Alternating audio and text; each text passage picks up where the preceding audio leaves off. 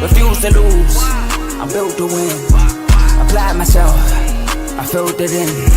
No time for the doubt, they counted me out, I'm getting it in. Yeah. No time for no loss, I'm paying the cost, I'm in it to win. Yeah. Refuse, mine it can't be diffused. If you ain't thinking the same, then we playing by different rules.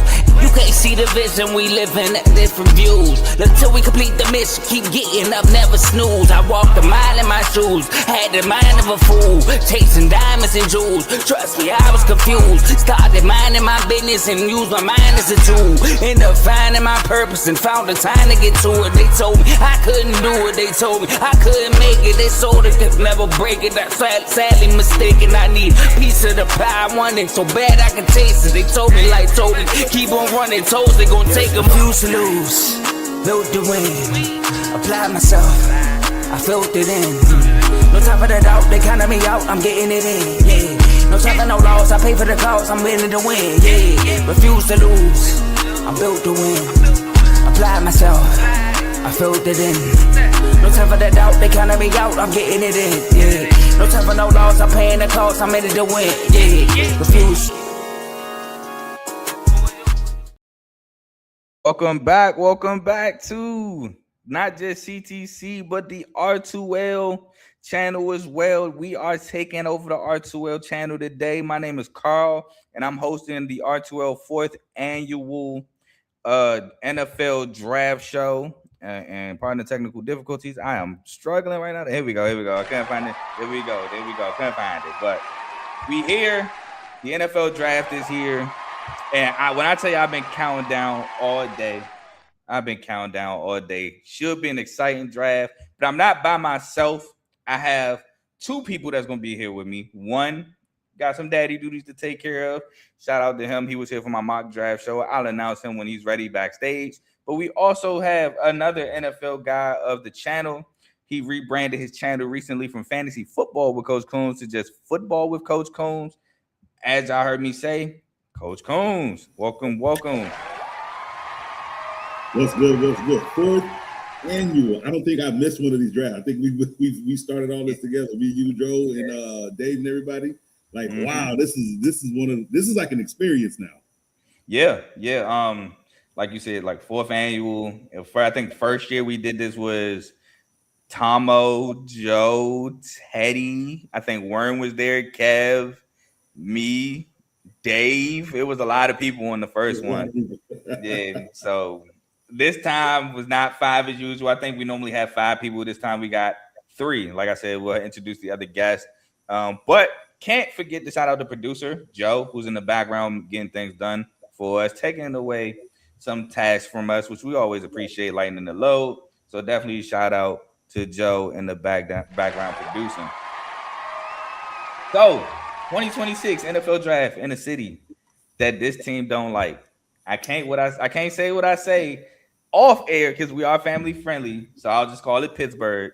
2026 draft is in Pittsburgh. Next year, shout out, it's in DC. I think R2L should try to go for sure. People that are local, we should definitely try to go. Not try to set up. If we can, that'd be fire, but just try to go and be out there and, try to get our name out there as well. But I'm going to ask you this while we wait on our other guests. Since we all pretty much figure who's a lock at number 1, and we'll just say it. We all figure Fernando Mendoza is a lock at number 1. Absolutely. I got a couple questions for you. Number 1, if any team, who do you see trading and why? If any team, I believe it has to be the Jets. I spoke about this. Which pick? Huh? Which pick? Just so for the people out there. So the Jets, the Browns have the 6th pick. Yep. I need the Jets to trade with the Browns because the Browns have actually stated that they are willing to drop back, not too far back, but dropping from 6 to 16 isn't a far drop, especially if they're just going for an offensive tackle. So they can get that at 16. What the Jets cannot allow, if they're going to take a defensive player with that 2nd overall pick, I'm okay, is if they're going to use that pick to jump back in 6th and get Ty Simpson. If you got to get a quarterback because if you wait for your quarterback at 16, the Cowboys are going to steal him at 12. I see we got the controversy already because I 100% disagree. Ain't no way I'm trading. New York. No way I'm trading assets for Ty Simpson. I'm sorry. I feel like it's not Ty Simpson a quarterback that they need. I don't care if you Ty Simpson. I don't care if you talking about Drew Allen. I don't care if you talking about the quarterback class is bad. But I mean, what are you gonna let him take him in the second round? You could get whoever you want at 16. Is my point. You actually you think the quarterback class is that bad? I don't.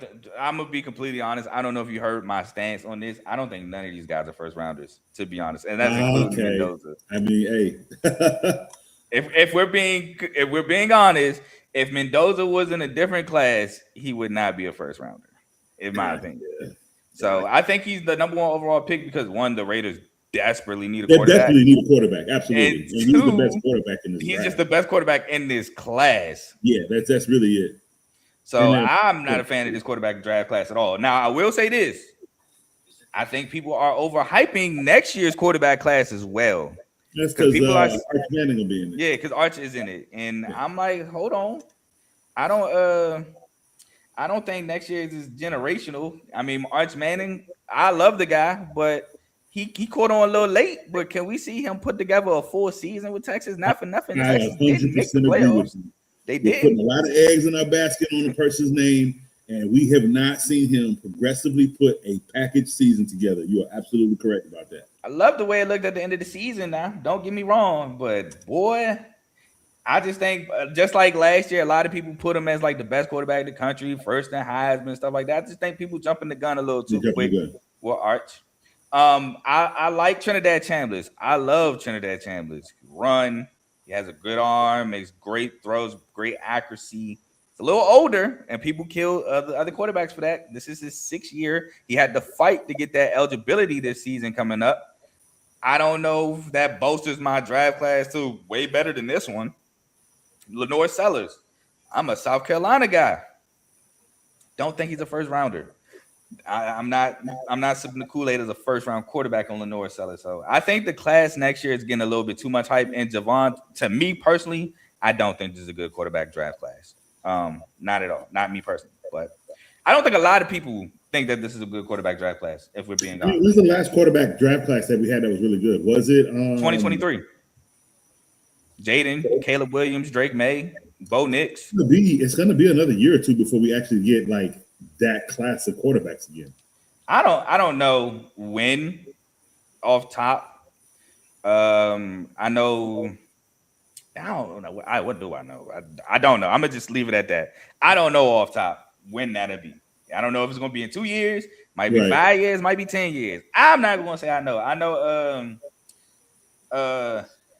y'all a big guy, you Michigan fan for those that don't know. He not looking that great to me. And Bryce Underwood. I'm not sipping the Kool-Aid on Bryce. And this is no Michigan State bias.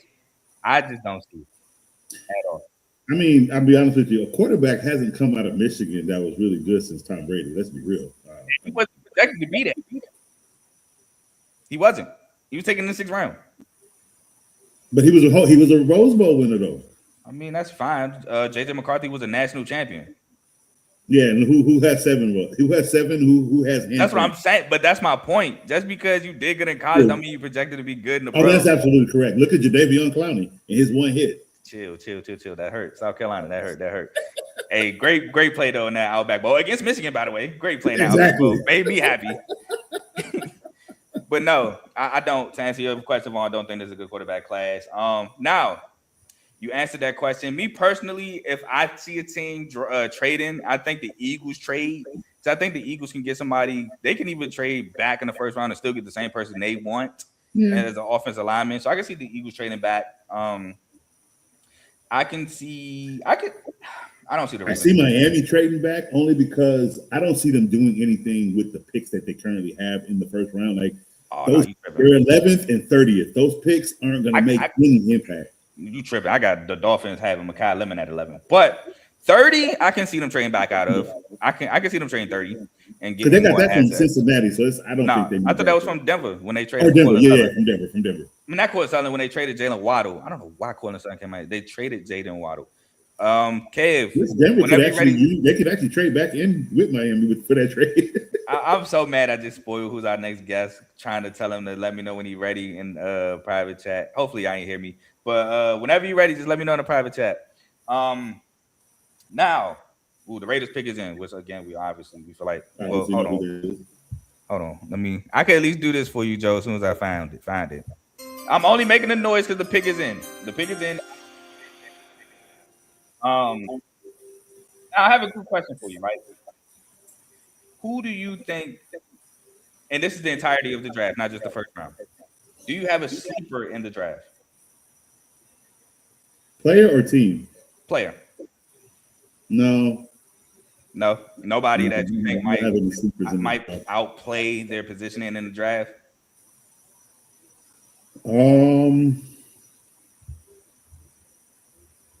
Okay, actually, let me ask you. Yeah. Okay, I do have somebody. Where is he? Give me 1 second. Who's a wide receiver? Okay. Oh, I think I know you about to go. You about to blow up the spot just like AJ and Dez Bryant. Where are you at? I know you from USC. Is it the one from USC? Southern California. Yes. USC. Yes. I know your answer. Oh, that's your sleeper? Yeah. I don't consider that a sleeper. Sleeper as in I think he's gonna go higher than Hold on, coach. Commissioner Roger Goodell's at the podium. He's about to announce the pick. And with the first overall pick in the 2026 NFL Draft, the Las Vegas Raiders select Fernando Mendoza, quarterback out of Indiana. So now that all of the speculation, quote unquote, is out the way, let's talk about Mendoza. Mendoza was the starting quarterback at Cal before transferring to Indiana. At Indiana, led the only undefeated season in Indiana history, led them to their only Big Ten championship. Indiana history led them to 3 bowl game wins, which is half of what Indiana has done in the entire school history. Was gritty, was a baller, made big plays. Remember the Penn State game? Was down early, came roaring back through that touchdown to Omar Cooper Jr., which what an amazing catch by Omar Cooper Jr. Blew out Bama in the first round of playoffs, beat Oregon in the second round of the playoffs. The third round I think their third round was actually Miami because they had a bye week. So then they beat Miami in the national championship game, which that was a barn burner until you know who had them turnover woes like you normally do at the end of the game. But I think Mendoza is a solid quarterback. I really do. But I think him not being a first round quarterback in most other drafts is the reason why they went and got a Kirk Cousins and signed him to that contract to mentor Mendoza so he's not thrown into the fire immediately. Mendoza's not starting this year. I hope people really want people to understand that. Kirk Cousins is more than likely going to start this season. Absolutely. But without getting hurt, he should play the whole season. Yeah, I agree. If he's playing well, I think if he's not playing so well and they see what if Mendoza is kind of impressing people, then they might make the switch. But I think you're right. For the most part, if Kirk Cousins is playing well, he should play the entire season. But like I said, man, I think he's a solid quarterback. I think he has good accuracy. He really does. And if his first read is open and that ball is getting there, throws a nice back shoulder because they were running a ton of back shoulders at Indiana. Elijah Surratt and Omar Cooper Jr. So I think it's a solid pickup. But again, the first overall pick, because of circumstances, it is what it is. Talk to me about Mendoza. Well, one thing I do like, I watched him a little bit as much as I could see in college. I don't follow any of it that much. But one thing I like when I'm watching him is his poise, his mature mentality in the football. Right? I would say, though he in any other quarterback class, right? He probably would not be going first. However, in that quarterback class, he would not go first in. Whatever team drafted him, they have a solid quarterback for their future. That's what I believe he is. I believe he's a guy who's going to take his mentorship. He's going to sit back. Here's the one thing I loved about him. He knew he was going to be the number 1 draft pick, right? And what did he do? Did he go and put on a show at the draft? No, he said, cool, I'm going to stay at home and hang out with everybody that got me here. I think it's because where it's at, but that's just me personally. Yeah. But see, for that to me, I love that. I already love his moral mentality coming into the NFL. So I believe the Raiders, do have their quarterback of the future. Is it a long future? That's what that's set to be seen. But for right now, I do believe they made the right choice based on the draft, based on what's needed. They really don't need much. They can go for a lot of everything. They can play with the draft really after this because they got a couple of good receivers. They do need one more. The defense is good, but they can add a couple pieces as the draft goes on. But they got their quarterback. They can wash their hands on that part and just move forward and get ready for the season. You got Tom Brady, a 7-time Super Bowl championship, as your mentor. And do we have a new head coach yet? Clint Kubiak from the OC from the Seahawks.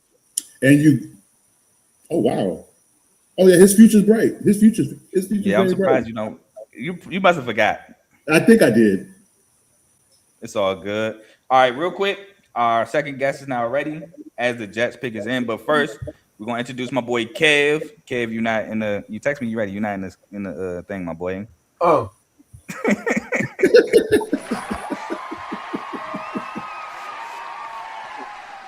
I'm about to pop in 1 second. I'm ready at all caps.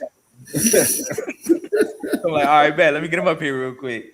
I was about to say, there's no way he comes to the podium already. Shout out to PJ, man. Definitely, please like the video. Subscribe to both the R2L channel and my channel, Carl Talking College, as well as Coach's channel, FCC Football with Coach Coombs. We definitely appreciate it. It's gonna be a long day. Got my water ready. The Jets pick is in, like I said.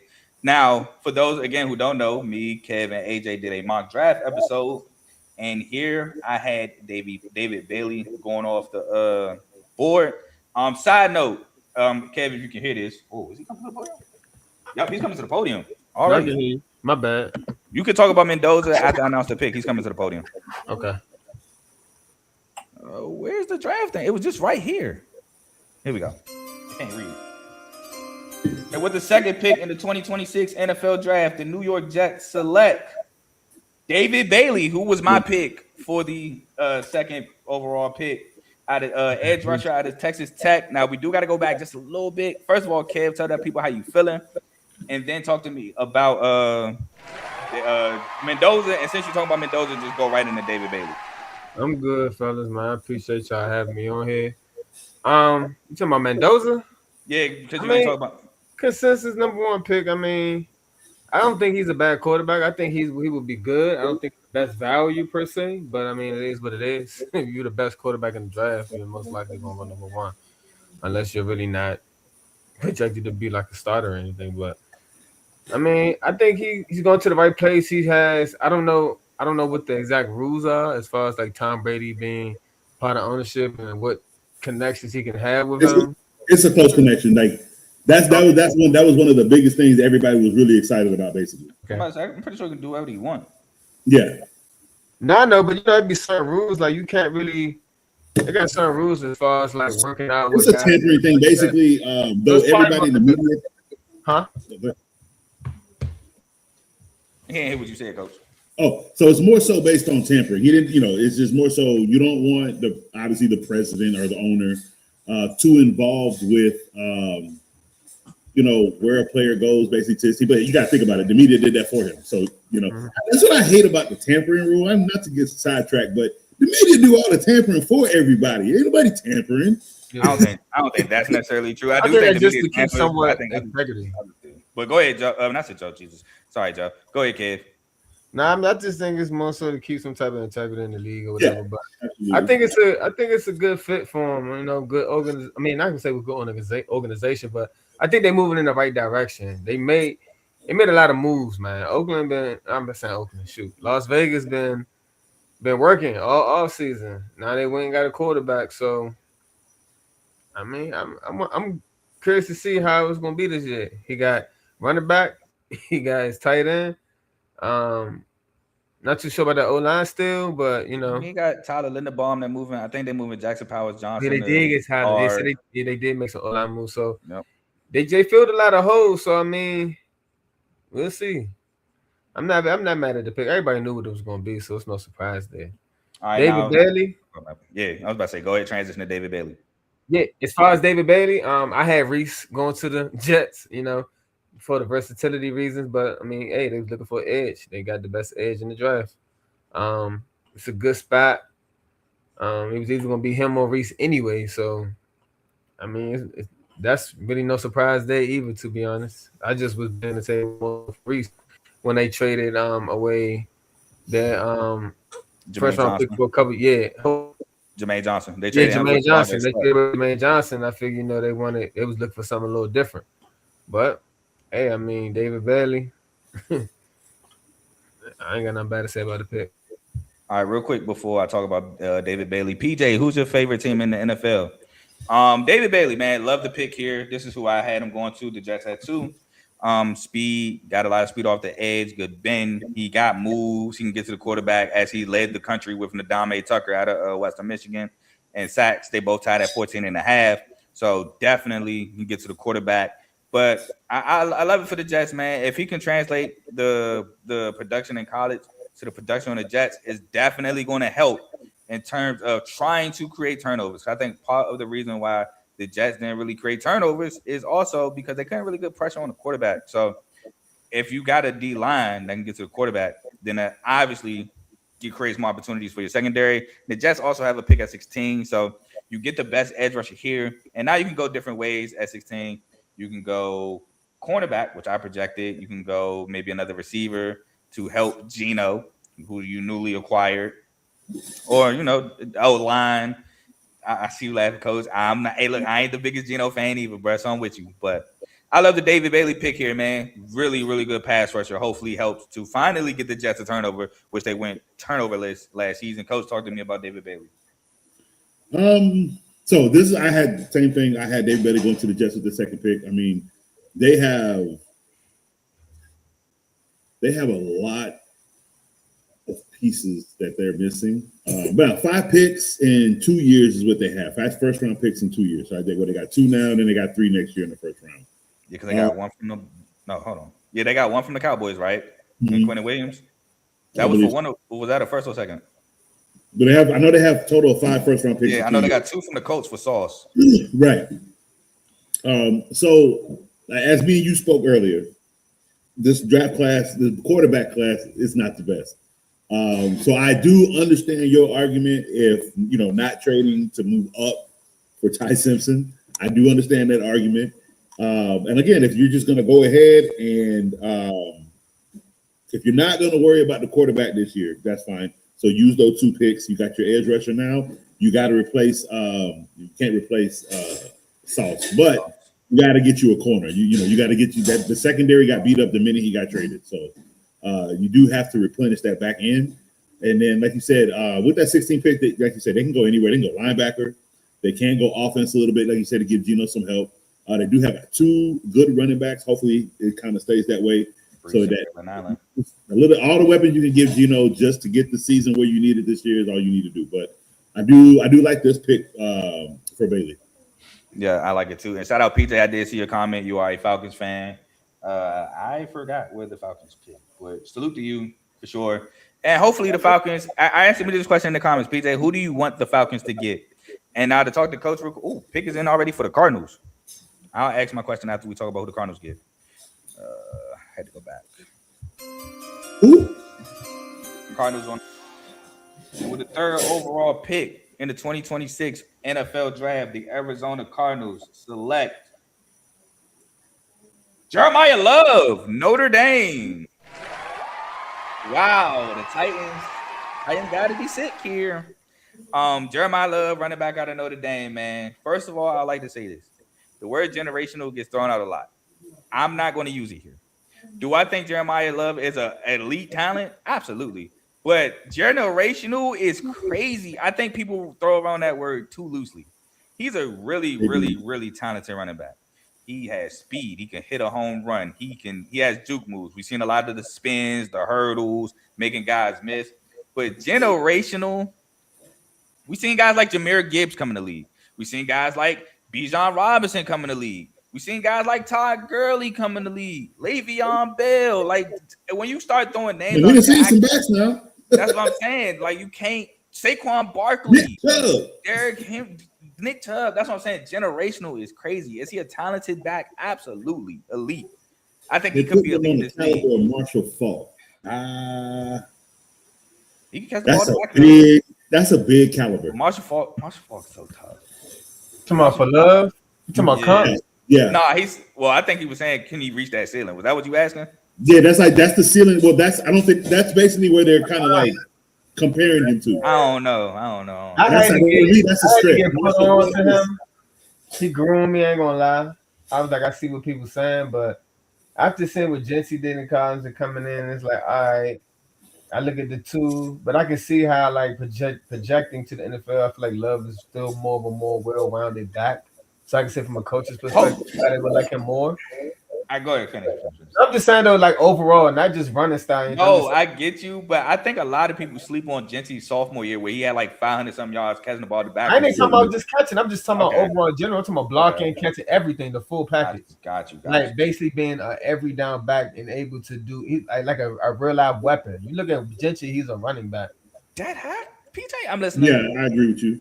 I'm not saying Jency can't. I'm just saying in general. But for me, me just seeing Price there too, and knowing how good Price is and how much love is getting, and it's just leaving Price in the shadows as if this dude wasn't coming in, but Love was having the slumps and making it look like with Price. And he ain't got that tread. He got that tread on them tires like Love. Yeah, exactly. So I mean, I like him. The generational stuff. Yeah, I'm with you on that.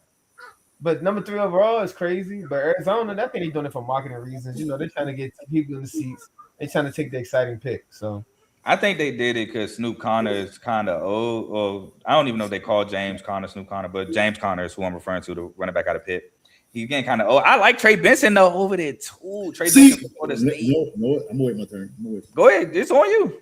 Oh, it's on me? Let me take it. I might have to be a little controversial here. Oh God, when are you not? Go ahead, do what you do. All right. I don't like this pick at all. I think one, I really think it's too high of a pick. 3rd overall for a running back. Right now, here's the problem with that: you don't have a quarterback. You haven't had a quarterback in 10 years. Okay, you can call Kyler Murray what you want, but he sure as hell wasn't no quarterback. Okay, so you've been missing out for years on that position. Okay, you got like 5 running backs already, and there's absolutely nothing wrong with Trey Benson. Stop. I like Trey. People are like, I don't get what they're doing with this kid, and they're ruining him right now because now you're not gonna put him in front of this kid. That's not 3rd overall. You are, and you got 2 other running backs. You still got James Conner, who can still run the football. You plan on getting. I don't understand what direction the Cardinals are going in when they made this choice, and you still have no defense. Your defense is like the back half of the 20s. Good point, PJ.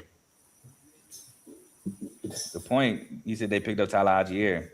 Oh my God, they sure did. They got him out of. Oh my God. I kind of lean with you, Coach. I forgot about the Tyler Algier move. I'm not gonna lie to you, and I like Tyler Algier coming out of BYU. They have so many running backs already. I don't get this. Yeah, I'm with you. Not for your reasoning. Not for your reasoning. I'm with you, but I am overall with you. Wait, it's the type of draft though. You're gonna see a lot of guys because of the quarterbacks lack of quarterbacks. You're absolutely right. You're absolutely right, bro. A lot of not I won't say exposed, but like you're gonna see a whole lot of. And I feel like this move just kind of shook the draft up a little bit. But I mean, that's gonna cause some. Shook the Titans up. It's gonna be some good offensive. Well, they had him going to the Giants too. It's gonna be some good offensive linemen that's gonna fall down the board, bro. Watch. You think there's gonna be some good offensive linemen that's gonna drop, and it's Well, I didn't have an old lineman go off the board yet, so I already know the Browns are gonna get them a good one if they go offensive line. They're gonna get them a real good. That's why I got the Browns going first. So, I'll say this real quick because I think the commissioner's coming up to announce the Titans pick already. I'm gonna say this. I agree with Coach on. I wouldn't have went Jeremiah Love either. I actually had him going R2L Reese. I think they need to help the defense a ton. Yes, I think Jacoby Brissett is a solid bridge quarterback for probably either free agency or the draft next year if that's where they're gonna pick their quarterback. Or they could just go in the 2nd round. But the commissioners which is true. For the quarterbacks going in the 2nd round. 4th pick in the NFL draft. I love how they're flying through this. Titans select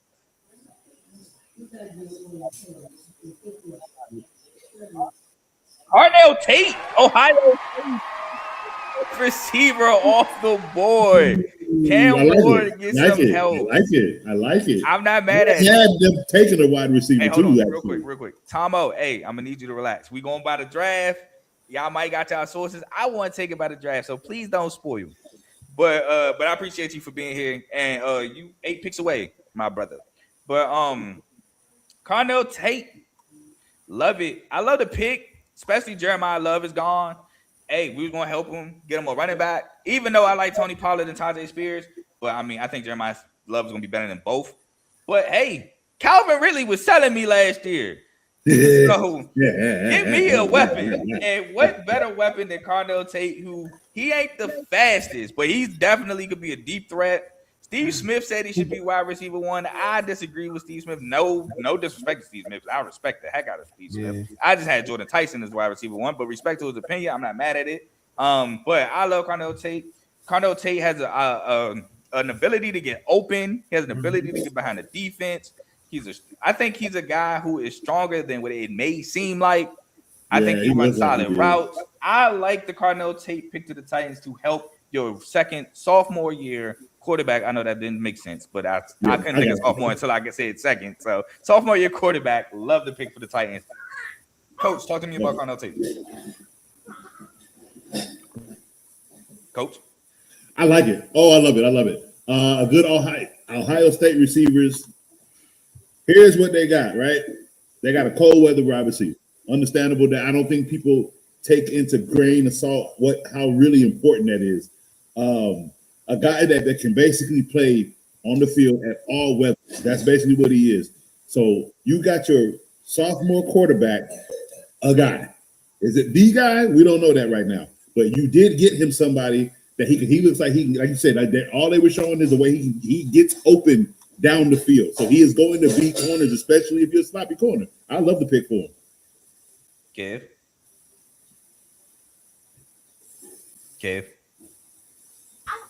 Yeah. Talk to me about Darnell Tate, Kev. Darnell Tate, man, he got deceptive speed. Like you said, he didn't time the best in the 40, but he got that gang speed, deep threat.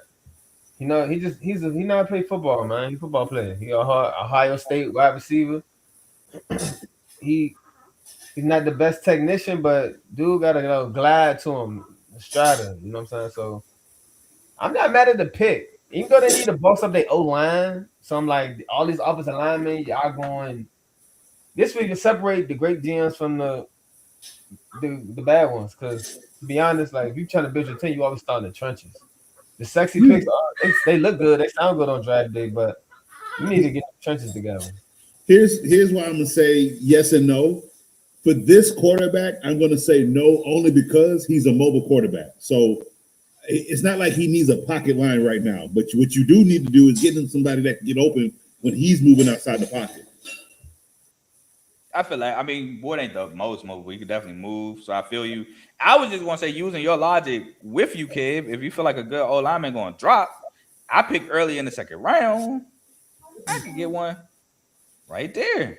Nah, that's true. That's true. They could do that too, though. So and they can even come back into the late, the last 3 picks of the round. They can come in and jump in and grab an offensive lineman. I don't know. I don't know if the Titans move back into the first round. I don't know what they can offer. So I don't think a second round. 30th pick, 32nd pick, they don't need much. And that's if they just need to jump off to grab somebody. Maybe. You might be right. Or if they got to throw in something from next year. Maybe. You definitely right. You're right. But I like the pick. I love it for them. Again, especially like I said, I had to be in Love. Love is obviously off the board. Wide receiver, right there, help your young quarterback out, man. Because he definitely needs it for sure. Because not for nothing, the Titans were in some games that they could have won with better receivers. And I think defensively, Salah, he gonna get the team together defensively. I think they made some moves in the free agency that I can't really remember off the top of my head. Let me try to find some free agency moves real quick from the Tennessee Titans. But like I said, man, Salah is such a good defensive coach. Even with the Jets, when he was the head coach of the Jets, defense wasn't the problem for the Jets. So not at first. If you help that help that offense out, man. Okay, so they got Cordell Flott from the Giants, Alontae Taylor from the Saints, Jermaine Johnson, obviously in the trade we talked about. offensive side of the ball, they did sign Wan'Dale Robinson, which I do like that. Me and Kev both like Wan'Dale Robinson. That's pretty much it. We just gonna go with that for the offense. So get another guy alongside Wan'Dale Robinson, who's a speedster. So now, like Kev said to me, you help build that O line. So Yeah. they also did get Solomon Thomas and Jacob Martin. So yeah, I think next pick for sure they go O line. But let's talk about the Giants here because the Giants had some controversial picks. Hold on, real quick. Joe, I'm gonna text you. So the Giants had some controversial picks. Giants have 2 picks now instead of 1. They traded away Dexter Lawrence to the Bengals for the 10th overall pick. Now, some people saw the Giants getting Jeremiah Love at 5. Obviously, that's not a thing. Some people saw them getting Sonny Styles at 10. Some reports said they don't want Sonny Styles. Some people had them getting Jordan Tyson at 5. I'm some people. Who knows? Do they go Jordan Tyson? So I'm gonna ask you this: hold on, I got breaking news from Joe. The Cleveland Browns have traded the 6th overall pick to the Chiefs. Kansas City not on the clock yet, but appreciate you, Tomo. They're not on the clock yet. The Giants are still on the clock. Well, you know what? I did just see them after the Giants, so that's what I thought that was weird. I was like, wait a minute, what happened to the Browns? So yeah. Any details? Okay, Joe got me on the text message. Shout out, Joe. The Chiefs traded the 6th pick. The Browns traded the 6th pick for the Chiefs' 9th overall pick, pick 74, and pick 141. So the Browns will have the 9th pick, the 24th pick, I believe, is theirs, but that's not via the trade. The 74th, which I believe is a 3rd round pick, that's because of the trade. And 141, I believe, is 5th round, but don't quote me. So they get another 3rd, another 5th, and they move to the 9th, which I think that's solid. I think that's really solid, considering that you already have another one. Both teams had 2 later first round picks. Hey, Tomo, keep it to yourself. Appreciate you though. But my question: where do y'all think the Giants go at 5? You can either replace the D lineman that you traded. Think that high in this draft? That's what I'm saying. You could, but I don't see a D lineman I don't see a defensive tackle worth a 1st round pick right now. All right, sorry, I gotta cut you off. With the 5th overall pick in the 2026 NFL draft, the Bills at the podium. Giants select. Oh, I don't think he selected yet. I think they're doing something with him. My fault. Go ahead. In the background. Again, fellas, I'm watching this on mute, so we don't get no copyright. No copyright. Yep. So again, my fault. I thought he was announcing the pick. I guess I don't know what he's doing with the kids. I don't know if it's charity. I don't know if it's like he's doing a charity thing right now. Okay, it is charity. So sorry about that. I announced it a little too early. Go ahead. Continue.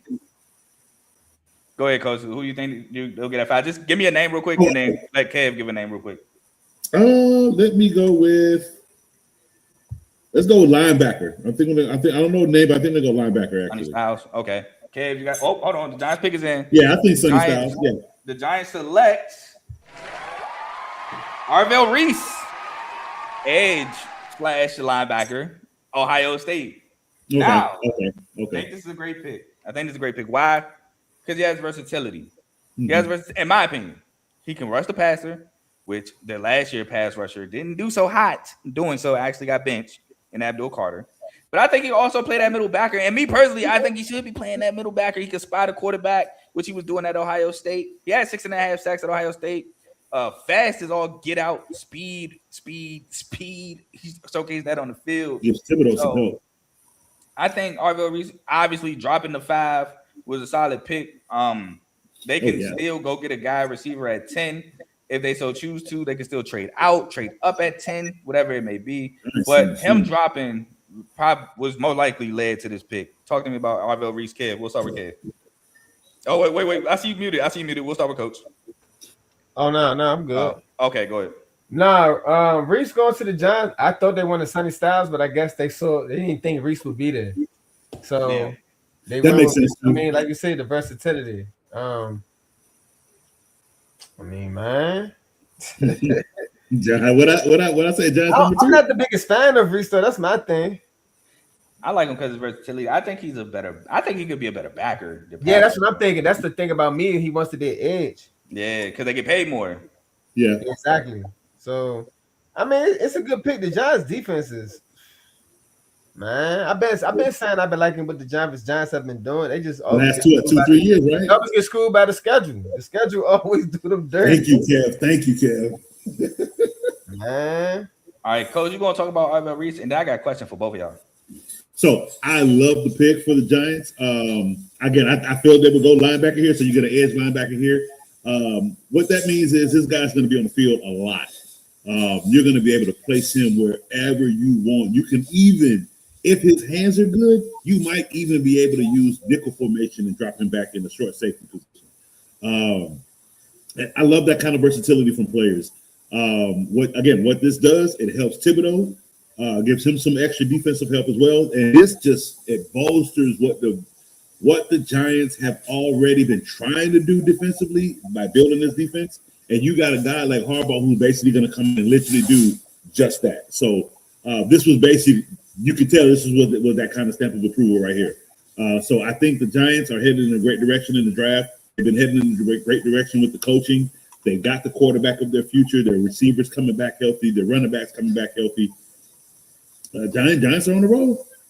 Yeah, and that's why I didn't like the whole Jeremiah Love to the Giants thing. Because I think Cam Scatterbo is good, bro. I think Cam Scatterbo with Jackson Dart is definitely. If they got Jeremiah, it was only because they would have just been too early scared of Scatterbo's injury, meaning he got hurt. Let's make sure we got somebody that can help complement. That's the only reason why they would have done it. I like Tyrone Tracy too, though. That backfield would have been crazy, bro. And think about that. That'll be preserving Scatterbo, to be honest. But I like Tyrone Tracy. That's exactly what it would have did. But Tyrone Tracy is another guy who had I think he had like 1,000 yards 2 years ago. I'm not sold on Tracy. Tracy had 4 years to do something in New York. Man, he's like one of those issues there. I see him as like that Boston Scott. What's his name? Used to play for us. They used to kill Boston Scott. Boston Scott. What's his name? That just came from the Steelers. Kenny Gainwell, Kenneth Gainwell. Yeah. And they're good backs, but you can't really. You can't get forward with it. That's what I'm saying, though. They're not asking Tyrone Tracy to be a lead back. They would be asking him to back up Scatterbo, even though, bro, he had his first season, and I don't even think he started right away his first season. He had 192 carries, 839 yards. And then last year, he was eating. And it wasn't even football. It was literally a wrong landing on his ankle. So I don't think Tyrone Tracy's a bad backup at all. And with Cam Scatterbo, so I wouldn't mind those two. I wouldn't have wasted it. Not wasted because Jeremiah Love is not a wasted pick, but it would have been a good 5 pick. Though. It would have been a good pick. In the sense of I could have gone somewhere else. I wouldn't have used on Jeremiah Love. But I like the R2L Reese thing. Again, me personally, I think he's a backer more than the edge rusher. But hey, we'll see. My question to y'all though was, with them trading away Dexter Lawrence, they have edge rushers in Brian Burns, Thibodeau, and Abdul Carter. Now possibly R2L Reese. Would you move Thibodeau more inside? Who? Thibodeau and inside? Would you move him more inside with the amount of pass rushes you have on that team now? I don't like him inside. Like I don't. I'm going right at him. Sorry, on the inside, he's not. He can't anchor that in the middle of that defense like that. I don't think he'd be alone, but you gotta pause because the Chiefs they get in. Is there a threat of rushing in the NFC East? Hold on, coach. Oh. The Chiefs, 26, 6 overall picks, and Sword Delaney, cornerback out of LSU. Now, technically, they need it. All three of us, Kev, myself, and AJ, got this pick right. But they must have heard something because they traded up to do this. We had them stand at 9 and doing this. So I might just finesse this somehow to get a short out of it because we definitely got the pick right. Just not. Yeah. I picked like that anyway, though. I didn't pick from the spot. I picked for the team. Exactly. But I think they made that moves because with the news with McCoy, Delane is like the only number one. He's the top guy there. Like you got to go get him. Yeah. Yeah, I don't know what they heard Maybe they heard that Washington was thinking about it because Washington's cornerback situation is not great at all either. No, Not it's not. nothing. So maybe Washington was like, It coming up here soon, so yeah. maybe the Saints, they just lost Delonte Taylor. Maybe they was like, we need Definitely the Saints. yeah, maybe the Saints was like, we can make that move. Who knows? I think it was going to be the Saints. They needed a linebacker or a corner. So, yeah. So maybe I was thinking linebacker too because they lost Demario Davis. But I like Danny Stutzman a ton from Oklahoma. That middle field is bad for them right now. But look, we got to talk about the Chiefs selecting Mansour Delaney. Great man coverage cornerback. He really made his name at LSU, but to me personally, he made his name at Virginia Tech his last year there before transferring to LSU, and that's why when LSU went and got him, he played with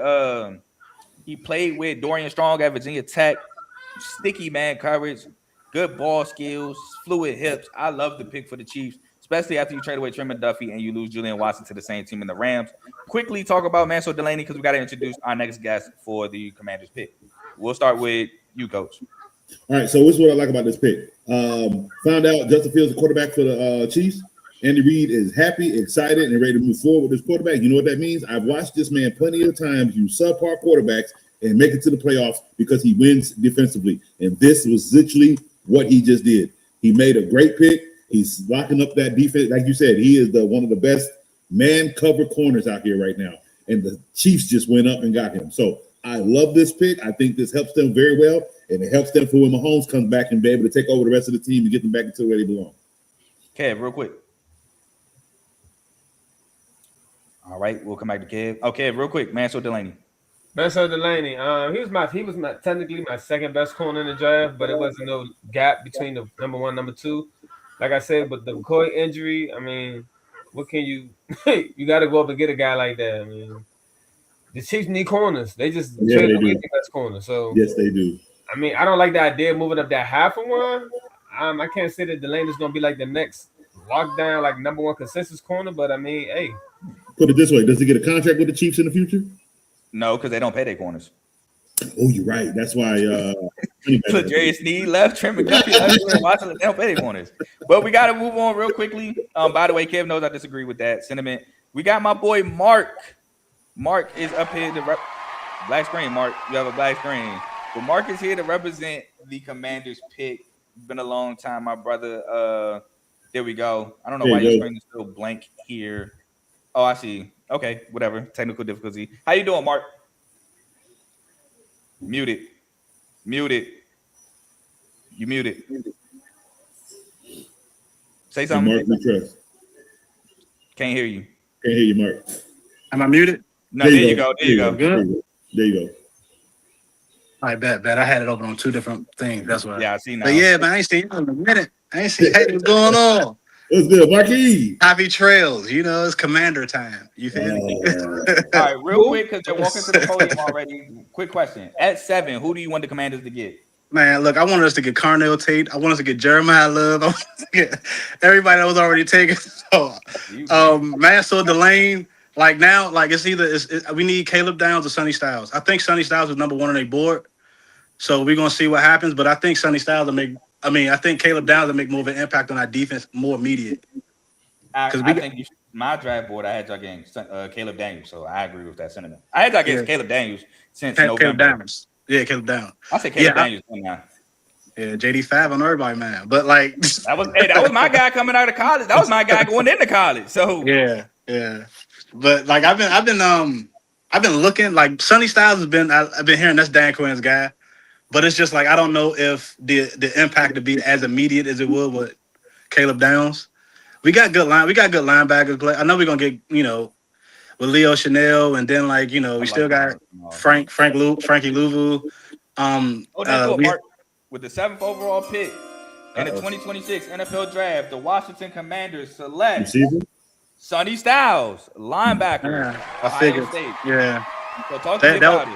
That was, and the crazy thing about that, Sonny Styles. I know people didn't see this. I saw this board like on someone's Twitter because I followed like one of the commander's wives, the higher up commander wives, and they posted a picture on accident. Allegedly. I seen their draft board. Allegedly, you allegedly. I seen the draft board. I seen that Sonny Styles was number one. Jeremiah Love was number 2, and Carnell Tate was number 3. Caleb wasn't even on our list to look at, which is crazy. Probably But because yeah, he wasn't even on the list. So like Sonny Styles is their number 1 guy. So the Commanders got their number 1 guy that they wanted in the draft. They didn't want, over everybody else, they got who they wanted. So like, but let's see how this pick turned out, because AP got to cook. He went to the NFC Championship their first year. We got to cook this year. So like we need impact. I want a Carnell Tate though. That hurt still me. available on my board, so That hurt me. Boy, I didn't think that was happening, but it's all good. It's all good. All good. So how do you feel, like you personally, how do you like this pick? If I was to grade the pick, I would give it a B. Okay. We do need linebackers. Like we still do need linebackers. And he's just somebody you can stick in there. He'll start day 1. And he can make an impact. I just don't think the impact will be as big as it would have been with Caleb Downs. But Sonny Styles is a great player. A lot of people had him going top 3 before, like it was a lot of mix-ups. So you didn't know which linebacker was going which. But I like the pick. I like Sonny Styles as a player. He was good at Ohio State. Like I like him as a player. Like he's really good. I just gotta, I gotta see how he adapts to the NFL. We always had players that was good in good linebackers in college. They didn't adapt well in the league. So like I hope I know exactly what you're talking about. So I want Jamin Davis. Yeah, so I want him to be better than Jamin Davis. I ain't even want to say Jamin Davis' name, but I want him to be better than Jamin Davis because that's the last linebacker we drafted in the first round. So he should be better than Jamin Davis. He was a better prospect coming out of college. He was a better prospect going into college. So and he played for a better program in my opinion. So no question. So yeah. Hopefully this is a home run hit for us. Whether it's like who we wanted or not. I was even looking at offensive lineman for us to pick, but it's good. I'm fine. About the old lineman last year, I didn't even think y'all were even looking that direction. But We should look. If they keep JD5 protected, I don't mind it at all. Like you get as much protection as you want. Put him in an armored truck. All right, so let me ask you this: Sonny Styles, right? Obviously, like you said, linebacker was a need. And he's rangy, plays sideline to sideline, good in a run. Some may question his ability to get off an O-lineman in the NFL. But let me ask you this. Do you like the fact that he played for an NFL defensive coordinator in Matt Patricia? Well, that does put him in good light. You feel me? Because he already have he already know what he's looking for. Like with Matt Patricia coaching him in college, it's like, okay, if you want to go to the next level, you got to do this. Yeah. This got to be done. If you want to go to the next level, this got to be done. So whatever he's putting in his ear throughout the season, as you can see, he was out there doing it. So, Matt Patricia was a good defensive mind in the NFL as well, too. He was one of the best defensive minds when he was playing, too. Yeah. So, if Matt Patricia was coaching, it was almost like Bill Belichick finding somebody in North Carolina saying, oh, he's going to be the best linebacker out here. You feel me? You're going to trust what Bill Belichick say because it's his resume. You already know what Bill Belichick brung. So, same thing with Matt Patricia. I trust his, I ain't going to say his resume because he wasn't the best head coach, but defensively, he always had a good defensive team, no matter what. No matter what. I like Styles. Oh, go ahead. Go ahead. No, I was gonna say I like Styles. I like the talent. Like he's one of those highly talented guys. I feel like he's raw, still in a sense. But shout out, little brother. I more so say I preferred him to go to a team with like a Robert Saleh, someone who established DC, who has a exact I want to say blueprint for him. Not to say y'all DC don't, but he's fresh. He's new. He got Dan Quinn as the head coach. He got Dan Quinn too, though, but he's still bringing his defense, though. This ain't Dan Quinn defense. This is Durante. This is the same defense they had in Minnesota. It's gonna be the same type of defense. Minnesota like on that. But the thing is, like I was saying, like Sonny Styles was their number one player on the board in the whole draft. I'm not against it at all. So if they got a plan for him. They got to. I'm not saying you don't. It's just more so of a. For me, I feel like his ceiling was where if he went to someone with a Robert Saleh, someone like picking him with a Robert Saleh playing that defense. I get what you're saying. Like that's what I'm saying. Somewhere like D'Amico Ryans or Robert Saleh. Like that would probably maximize his value. But who's to say that y'all might not move him around or because his skill set you can put him anywhere. Yeah, like, you put him on edge, you put him linebacker. he's like a Michael Parsons without the pass rush per se. Part of his tool belt, but I'm not against the pick. I like the pick. I would prefer for y'all to take Caleb Downs, to be I was honest, about to but say I like had Downs dropping anyway because of the injury concern. So, Yeah. I mean, it is what it is. I'm I not like mad the at it. Caleb Y'all the Downs ops, move. but I mean, it's a good pick. Like I don't got nothing negative to say about Yeah, it. yeah, that was good. I understand. I get that. That's good. I That's like the good. Caleb Downs move over the Sonny Styles move strictly because I like Anthony Hill, and I feel like y'all could have got him in the second round, and y'all could have got a premier safety early and got a guy at linebacker who I still like, Anthony Hill, and y'all have been straight, but y'all got a lot of holes to fill anyway, so it'd have been tough to fill defensively anyway because safety wasn't great for y'all, corner wasn't great for y'all, the defense in general just was not great for y'all, so you got to start somewhere. And I mean, Mark, they I'm not did. I think the Commanders did a good job in the offseason with some of the pickups because they yeah, D definitely line for sure. added a lot of. They definitely filled a lot of holes. But people still saying them same holes. It's like we still need more players. We still need more depth. We still need this. We still need that. Like, and it's just like the players that we had last year that was old, they're gone. The players that was young that we all wanted to play are going to be the backups to the players that they just brought in. So I mean, depth wise, I think we should be okay. We should be okay. Especially on the defensive line because that's all they've been balking up like crazy on the D line, D ends, linebacker, everything. Only thing I'm really concerned about was the secondary. Like it was, That's I why I know want Nick y'all to get Nick down. Cross back there. I like But Sanders down, still had a bad year. Sanders still was trash last year, to be honest with you. I like Trey hey, Amos, music in my ears. but he coming off. I like Trey Amos, but he coming off injury. He was good when he played, but he is coming off injury. And like we needed more defense. So I mean, hopefully, if we can trade up to get Jamad, that'd be great. So I mean, I don't know if we Slow got your anybody to roll. trade to Slow get your him, but roll. Oh, hold on. Time out. Y'all don't have a second round pick, do y'all? no, we got to Yeah. trade up. Scratch my Anthony Hill. I just remembered y'all don't have a second round pick, so the Anthony Hill thing, scratch that because he gone Yeah. second round. He Yeah, gone. so we got to find a way to try to find a way to move up so we can get like that corner that we want. If we can get Jamad, if he ain't get injured, he was the number one corner in the draft. If he ain't get injured, if I he wasn't injured. disagree. You with Oh me, no, man. brother. Jamal was tough. Don't get me wrong. I had him number 2. I still Mansour Delaney was so tough at Virginia Tech. I think people sleep on his Virginia Tech years.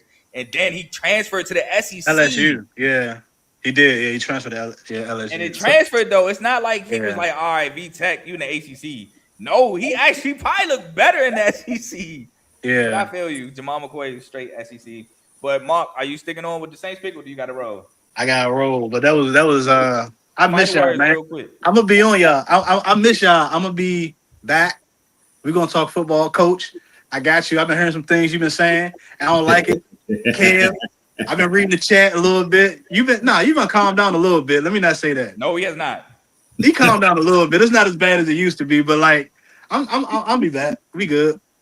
I appreciate you coming on, Mark. Enjoy the No rest of the problem. draft. I will definitely. All right. All right. So, with the 8th overall pick in the 2026 NFL Draft, the New Orleans Saints, Jordan Tyson, wide receiver. Hey, shout out to Jordan Tyson, be off the board. What? Actually, flip flop. Tate was the number 1 award so they get Jordan Tyson, and I'm gonna say this: I love it. Jordan Tyson is a dog. Whatever you want, whatever you need on the field, he can do it. He was a one-man show pretty much at Arizona State the last 2 years. And at Arizona State, clutch catch, contested catches, get behind the defense, could get open, great route runner. Like I said, clutch.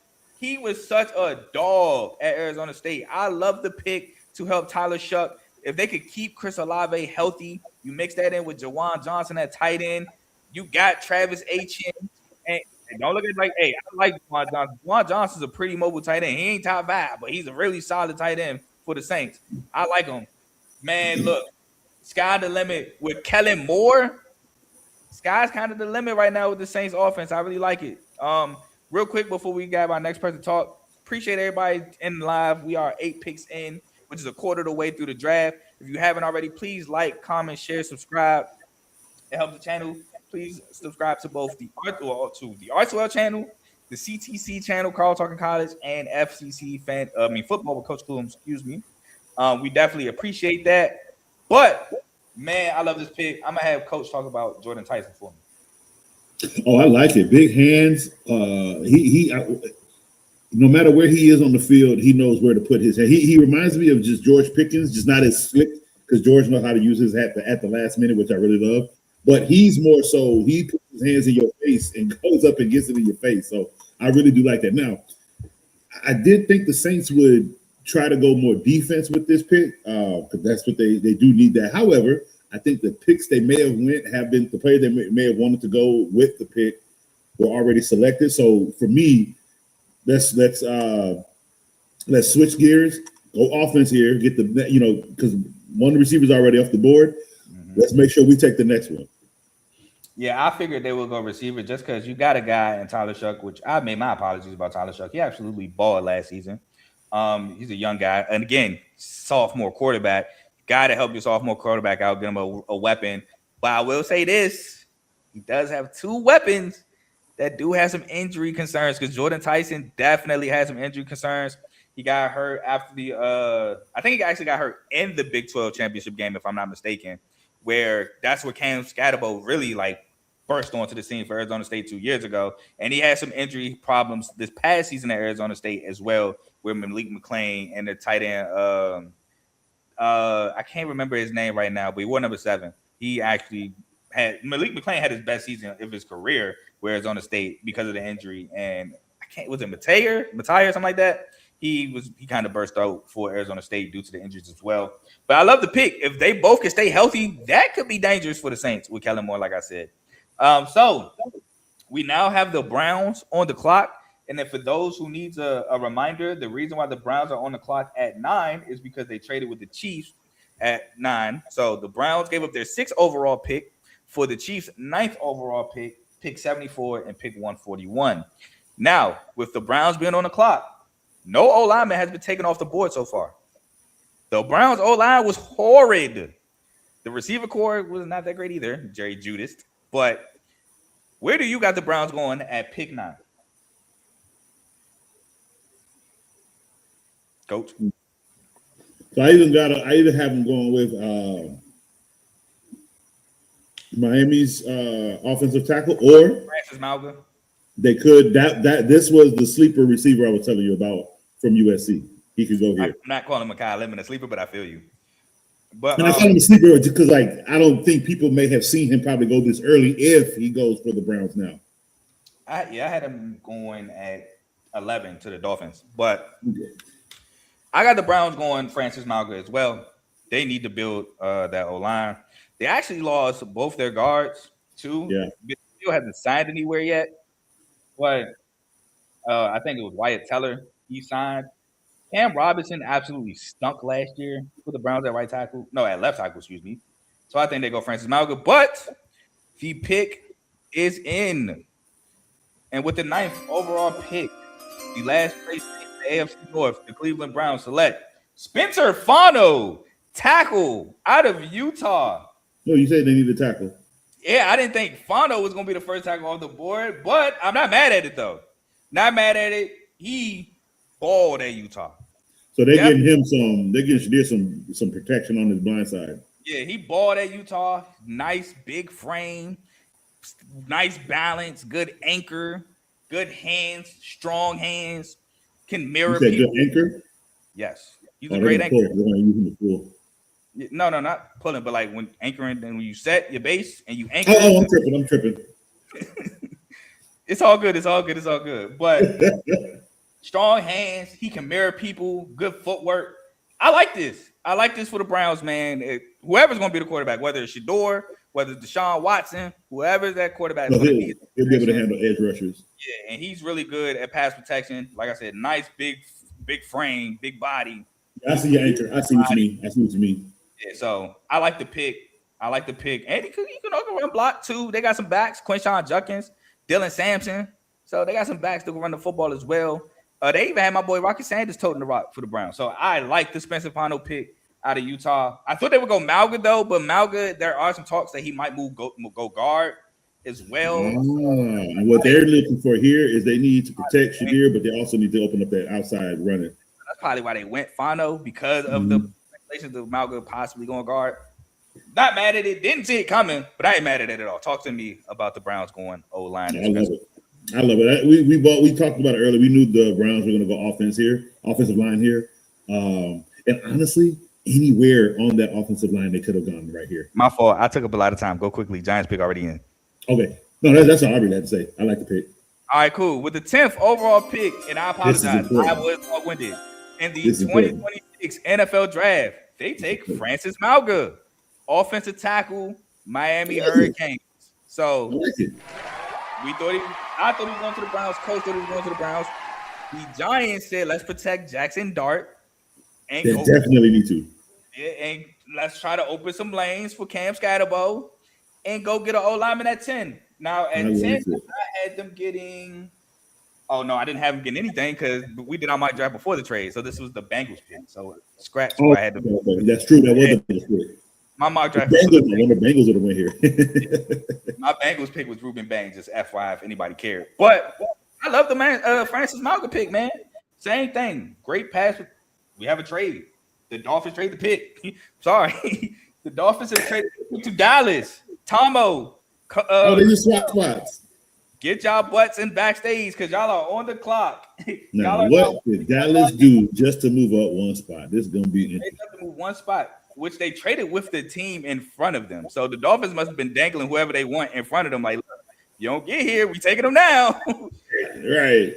So that means it's either a receiver or a defender. And we'll talk about it in a second because my boy, Mr. Your Done Son, Tomo, is backstage. What's up, Tomo? I can't sing the song for copyright purposes, but what I tell you, fall down. You can finish it.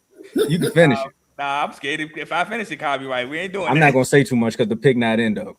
I could come on here and be excited. Next thing you know, offense. But somebody already took an offensive tackle, so we good. All right, now look, since you on the clock, we'll talk about Malga later. But it was a great pick. We both agree, great pick. Who do you want at 11? And first of all, let me ask you this. How do you feel, as I try to get the details for the whole trade, how do you feel about the Cowboys trading up one spot? They're going to go get their guy. That right there. That right there. At 12? You was afraid that the Dolphins were going to take him? Nah, not that. I really was afraid that the Giants was going to do the smart thing and try to replicate what the Ravens had with a great linebacker and a great safety, but they didn't. So I was nervous there. And then when I seen they took a tackle, I said, all right, now Dallas ain't got to be the one to take an offensive tackle because they normally do stuff like this. Yeah. They talk about wide receivers and all that. Tomo, I got the full trade for you. Let's go. The Dolphins trade the 11th pick for the Cowboys' 12th pick, 177th pick, and 180th pick. I think, Tomo, y'all traded nothing away for this. I got right here. Shout out Joe. Dolphins, man. Y'all just flipped. Shout out Joe. That's it. They want to get their guy, man. I told y'all they want to get him. Tomo. These two teams. Kind of been on me because I had Caleb Downs going to the Commanders. Caleb Downs is still on the board. Talk to me. Now, Kev not here, but we got Downs and Bain here. I remember the mock draft. You know, some people said that Downs wouldn't be here. Some people said that Bain would probably be here. So I'm like I said, I'm still nervous because I don't know what the pick gonna be. But if they go Caleb Downs, do you have the bleep button ready? I can. You know what? Matter of fact, this is what I'm gonna do. If y'all draft Caleb Downs, I'm gonna do my regular draft sound cheer, and then I'm gonna be right there on the bleep button. All right, but yeah, especially with all the news we got going on today, I know y'all heard about it. George Pickens signing the franchise tag, and then you know they going into talking about possibly trading Pickens. There's a lot going on right now, but again, we are going to see. And Coach, you said earlier something about the Cowboys taking Ty Simpson. I know you was being funny, but they better not take a quarterback with this pick. I thought you said not with this pick. Now that was if they stayed at 12. Yeah, I think he was saying that the Jets was going to trade with somebody to take. Okay. Yeah, like if the Jets don't trade up for him, if they're looking for a quarterback, you don't want them to fall to the Cowboys sitting at 12. Time out. I found the bleep button. We are good. Yeah, no, I'm not gonna do that, man. You know, I'm gonna keep it professional, man. I'm just happy to be here. You know, I was a little upset that the Commanders took Styles, but you know, it's gonna be what it's gonna be. Hey, man. So I know you want Caleb Downs. Let's just say the Cowboys don't go in that direction. Who would you like to see beyond? Keep the bleep button up if they don't do it. But Ruben Bain is a good second choice. I know a lot of people talking about with the small arms and stuff, but that's another pass rusher that you can bring over here. I know our scheme probably don't fit what he's gonna bring, but again, having him with Donovan as a Raku, so you never know what can happen. Yeah, as a Raku, who else you got on the edge? Right now, we still got Sam Williams. I was about to say y'all. The ghost of Michael Parsons. I don't know who else will be out there, but we really do need a linebacker. But taking a safety here, I wouldn't be mad at. I seen earlier too, somebody posted, what's his name? Not Delaney. Is it Delaney from Oregon? No, the kid from Oregon. Oh, hold on. Oh, Dylan Thierman, the safety? Yeah. I seen that too. I was like, man, that would be a good reach. If Downs wasn't here, that would have been a good reach for them. I could see it. You know, trying to replicate what they're doing up there in Philly. All right. Now, I'm a Ravens fan. You're a Cowboys fan. We got to talk about the elephant in the room. You kind of brought it up already. George Pickens has signed the franchise tag, which means he can now be traded if y'all find a suitable partner. A lot of rumors are that the Ravens might be said suitable partner for George Pickens. And we FJA, we HOA. It's only right we do business. So talk to me about that. You said we FJA, we HOA. We not making that trade today, but because I don't know what y'all gonna give up for that, because you gotta give up at least a first round and something comparable. It ain't 14, brother. So you gotta be something comparable though. That's why. Like that would be nice for y'all. I seen the year that he had here, so imagine him going back to the AFC North and then giving them hell.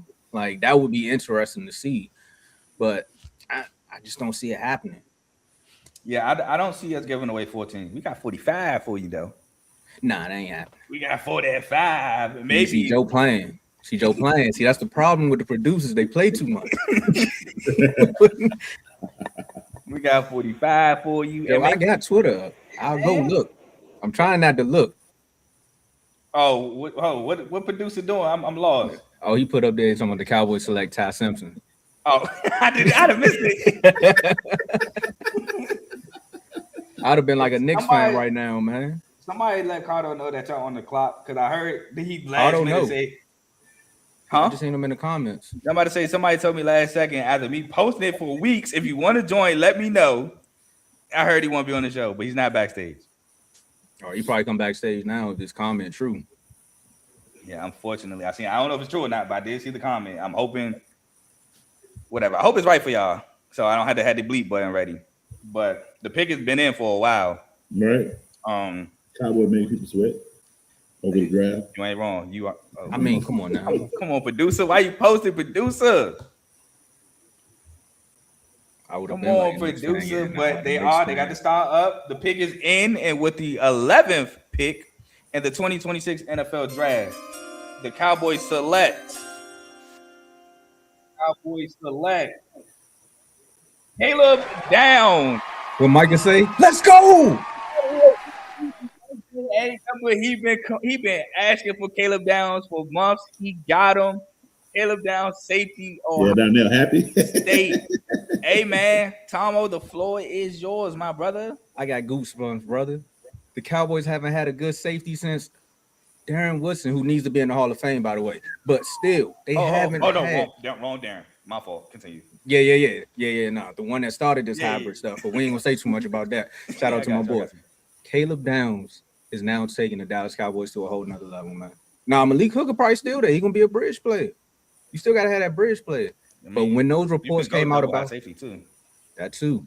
But when the reports came out about him being injured, remember that all came out, and then people talking about we don't really know how he gonna be. I was like, that's it. The Dallas Cowboys dropped that bomb. They're like, look, we told them people about Max Crosby. We're gonna tell them about Caleb Downs, so we can make things shape. Shout out to Caleb, man. He posted the Cowboy blue earlier. Nobody wanted to believe it. Welcome to Dallas. I got the jacket on. I'll see you soon. Hey, Sonny Styles. Sorry, brother. This could have been you. It could have been. I had him on the board for y'all in my mock draft. I just didn't go that direction. Even though I wanted to, I didn't do it. I'm sorry, I had the wrong background. I'm up here talking about wrong background. I had to change it. There we go. Hey, man, I ain't know. So my bad. Send that invite? Yeah, but Joe told me he sent it to him already. Oh, man, you got to check your DMs, Cardo. I don't know if he texted it or sent it on IG, but he said he sent it. But I love it for y'all, man. I really do. And y'all got pick 20 still. So y'all can definitely get a cornerback at 20. Y'all could possibly get Avion Terrell. Y'all can get Colton Hood, Chris Johnson. Huh? If your boy fall, they might get him. Who, Jamal McCoy? Nah, yeah. Yeah, at 20 it's kind of more justifiable, even though you got the injury stuff too. But it's definitely more justifiable. But I like it, man. Build up on the defense because the offense was absolutely explosive. The defense was the downside of your team. As Cardo is backstage, I'm gonna let him come boy. up. Go ahead, Cardo. Welcome to my Let's boy, go! Big Cardo. I know you're excited. Yeah, accidents happen. Yeah. Hey, look, let's go ahead and get that ass rushing next, baby. You hear me? Hey, look, right? I'm watching y'all and I'm watching Bleacher Report, right? Hey, Malik Neighbors, watching y'all see the clips of Malik Neighbors' face when Caleb Downs ain't go to the Giants. Woo! That boy ain't about to be sick. Hey, is the podcaster doing the draft again on Bleacher Report? Bro, you can say he doing it. I'm watching it. I'm watching it. Say his name. I'm watching it. Hey, he he ain't got no pick. He'll be watching that. He'll be watching that 20th pick real close because that was supposed to be their pick. Hey, thank you, Jerry. Man. Cook. Definitely don't. Ah! Man, I had to come in here. And say my piece, man. I just had to come in. Hey, look, but I got to confirm my man, Coach. Hey, Coach, my bad, man. Listen, man. Hey, we live on the TV. I got to say my bad, Coach, man. I should listen to the rest of the show, man. But you see what happened, though? Coach? Yeah. Hey, because I was like, Coach said trade both picks. I'm like, we had 2 first rounds in almost 20 years. Yeah, and the problem was y'all no second round, third round pick. Like, oh no, y'all can't trade these away. Y'all gotta keep them. Nah, I ain't gonna lie, bro. If we don't get no linebacker right here, bro, that's worth taking at 20. We probably trade back and probably get some picks. Yeah, I don't know though. But I keep hearing we gonna keep all our picks though, bro. Yeah, I'm not trading back, bro. They can have look, they can have that 177 and all that. They can have them Mr. Irrelevance, man. You know what I'm saying? Hold on. We're not gonna disrespect. Hey, no, we got Caleb Downs. Hey, Carl, you gotta see Caleb Downs in Brazil, Carl. Hey, let's go, he man. He be slipping and sliding. You better hope he be slipping and sliding. Derrick Henry be slipping and sliding. We ain't gotta do all that. He brought it up first. We seen the Brazil field every time people play. Nah, that's only one specific team that got bad. They got bad cleats. That's them. I'm just saying, bro. We be seeing people slip and slide in Brazil all the time, brother. And he got the injuries, not my guys. Well, Lamar technically does. But anyway, look, when my boy say Downs jersey on the way, I just told my girl the same thing. Downs jersey on the way. Hey, I still got my rental, Kev. Wherever you at, my rental it's still in the closet. I'm waiting to pull it back out. Hey, I had to renew my lease. It's all good. Everybody got to renew their lease. We gotta hold up. Hey, but nah, I'm gone though, man. I'm coming back to like the 20th pick. I'm gone, man. Y'all, I'll be back. All right. The Dolphins pick is in. Real quickly before Tomo, you staying or you getting your last words off?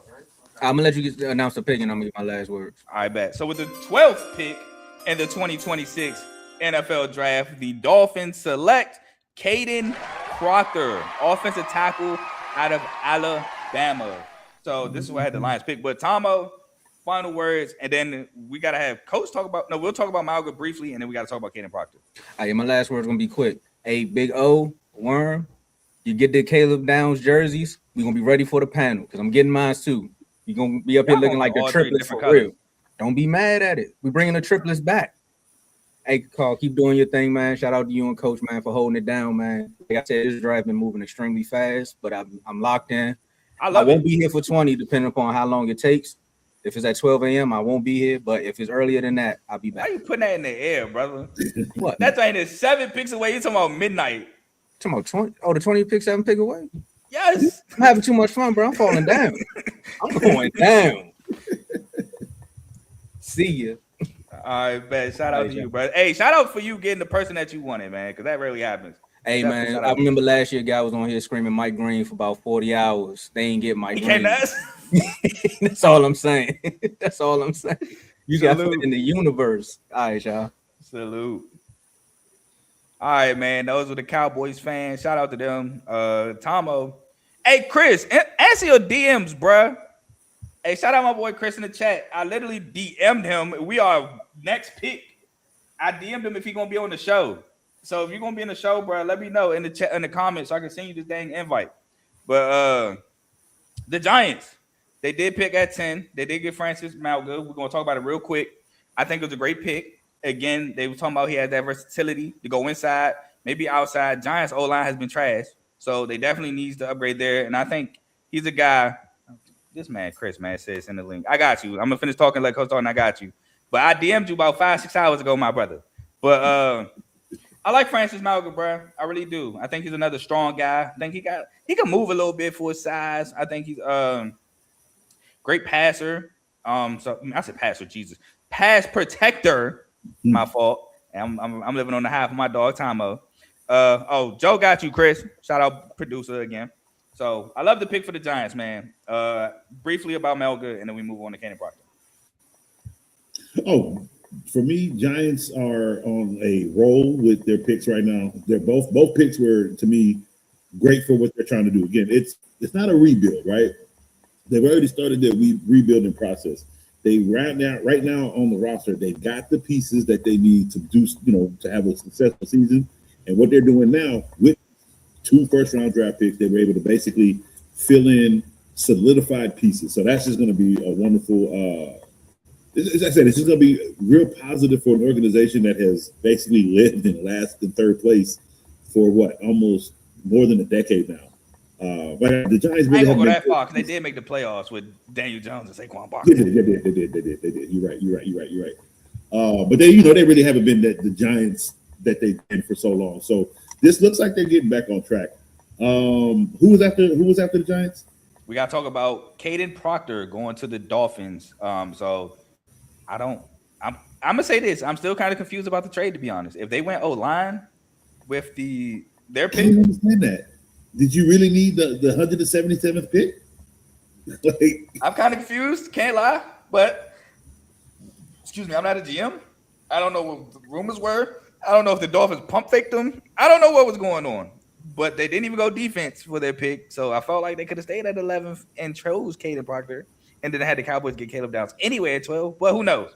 Who knows? Maybe this was just their contingency plan just in case. But either way, you got a new quarterback in Malik Willis, who people, including myself, I'm not 100% sold on. He had solid games stepping in for Jordan Love when he was hurt. But you take away all his weapons. Tyreek Hill's a free agent. Jaden Waddle gets traded to the Bengals. I keep saying the Bengals, the Broncos. You have A-Chain, but that's a running back. That receiver core right now is not good. And I like me some Lee Washington. He's not a number one. So I mean, yes, you need to protect Malik Willis, but Caden Proctor is a project. I mean, he's raw. He still needs to work a lot of stuff to work on. He is athletic. The Bama did use him on trick plays. For those that don't remember the Georgia game, they used him on like a receiver screen, threw him the ball, and he scored or got to the one, whatever the case may be. They use him in trick plays, but he's a raw, talented O-line. He got good size though, and like I said, he is athletic, but he does have a lot to work on. But he has high potential. He's a real high potential pick. Talk to me about Caden Proctor, coach. Okay, so about 2 years ago, the Miami Dolphins lost 11 defenders. They just left the team. They said, I want to go somewhere else. That was the Brian Flores year. It was never addressed in that year's draft. Then they come out last year's draft, and they barely had any picks. To be I'm about to say, I don't think they had a first rounder last year. Nope, I think they barely had any picks last year, so they still didn't do anything for that team. You lost all your receivers this year. You lost what left of a quarterback you had.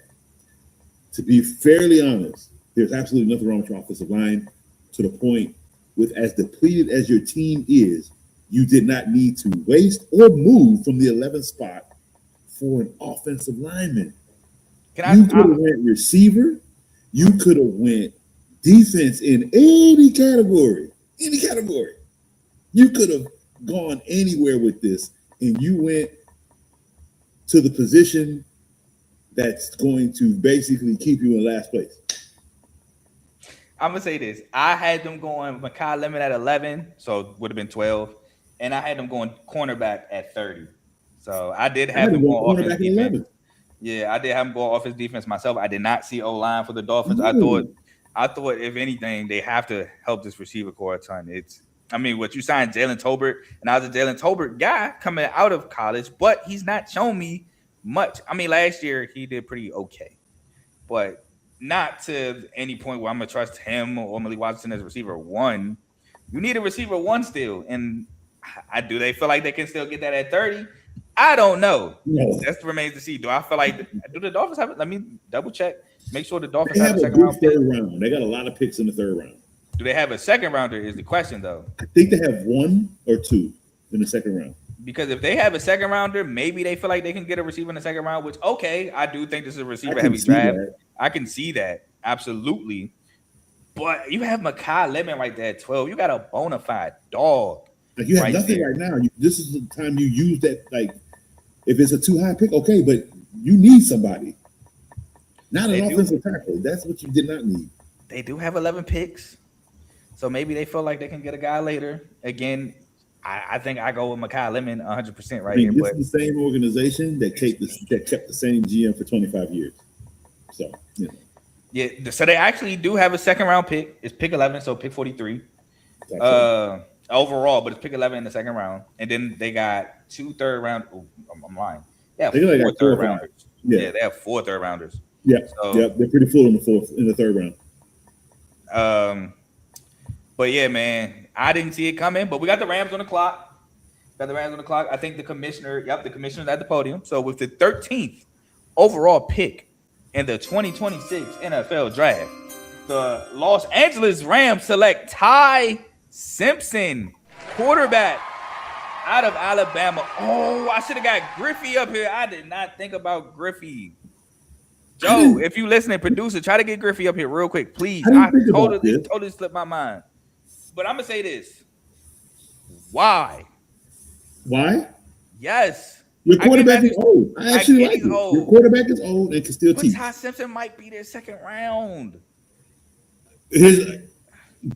True. He I do think based on all the teams that are left in the draft, not one of those teams is a quarterback. So I agree with you. This could have been a second round pick. I agree with that. And here's Again, another thing. the Jets who need a quarterback, I can understand taking him in the first round. But it's for a backup quarterback. That's pretty high of a pick. But I'll say this though, play devil advocate with my own self. 2 things. 1, Stafford can mentor him. So again, like the Mendoza Kirk Cousins situation, but except he got a way better mentor in Matt Stafford than Kirk Cousins. Shout out Michigan State, still love y'all.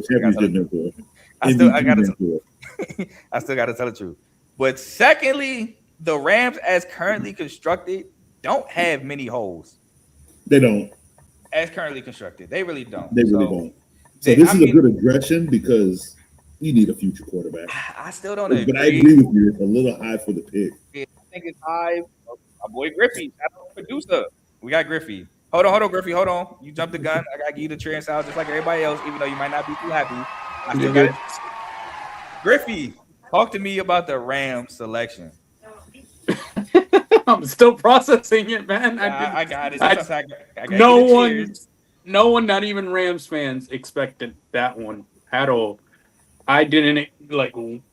That came out of nowhere. Yeah, that came completely. There's so many other teams that need a quarterback. So I mean, I think they still stole him in a way, just because they don't need him right now. Yeah, but I think it's smart to sit a quarterback for a year, maybe 2. I always said that was like the formula I wanted to see for Mendoza, behind Cousins. So I can't even complain about what the Rams are thinking of. But it's smart. It's one of the smartest draft moves, but it's to me still high for the pick. But it was like, I really thought it was Mekhi Lemon. The Rams had a first round. I thought it was Mekhi. So I'm like, he dropping at 13th. He right there. Devontae Adams is also a guy a little older. Mm-hmm. That's exactly what I thought. I was like, all right, Mekhi Lemon, and they said Ty. I'm happy. I'm happy because I know he's not starting right away, which was my biggest problem with him in the draft. It's like, if you want him to start right away, I don't like that idea. But to develop him, I'm all for it. Yeah, that's why I had to play devil's advocate, because I can see the developmental aspect from the Rams thinking, all right, cool. We got a guy we can develop. He learns under Matt Stafford. And, hey, the only thing you better not develop from Matt Stafford is that gunslinger mentality, throwing them picks. I will say that, because I love me some Matt Stafford, but he will throw a pick or 2. But oh yeah, he can't eat that ball down the field at all. yeah, It's so inaccurate when it goes down. Hey, most of his picks are usually in the first 3 quarters. That fourth quarter come, yeah, he turning likes it out. out. He's a monster. He's a monster. He likes out for sure. Matt Stafford's definitely clutch, but I didn't see this coming. Came out of left field for me. But like I said, good thing about the Rams, one, I do trust the Rams draft process a ton from what they showed over the years. And two, they don't have many holes to address. I still would like a linebacker for them, but I feel like they can address that later on. Yeah, they can wait on that in the draft. I would say if they did have a hole, it could quite possibly be in the receiving corps, just due to the fact of the personal issues with Puka Nacua, and the fact that we have to remember Devontae Adams did have a grade 2 hamstring injury, so his down the field availability is not going to be what people think it is. He's still going to be great in the red zone, but I do think they might. And again, they might be able to get that in the second, third round. Somebody that can go down the field for them. So I mean, they got Puka in the 5th.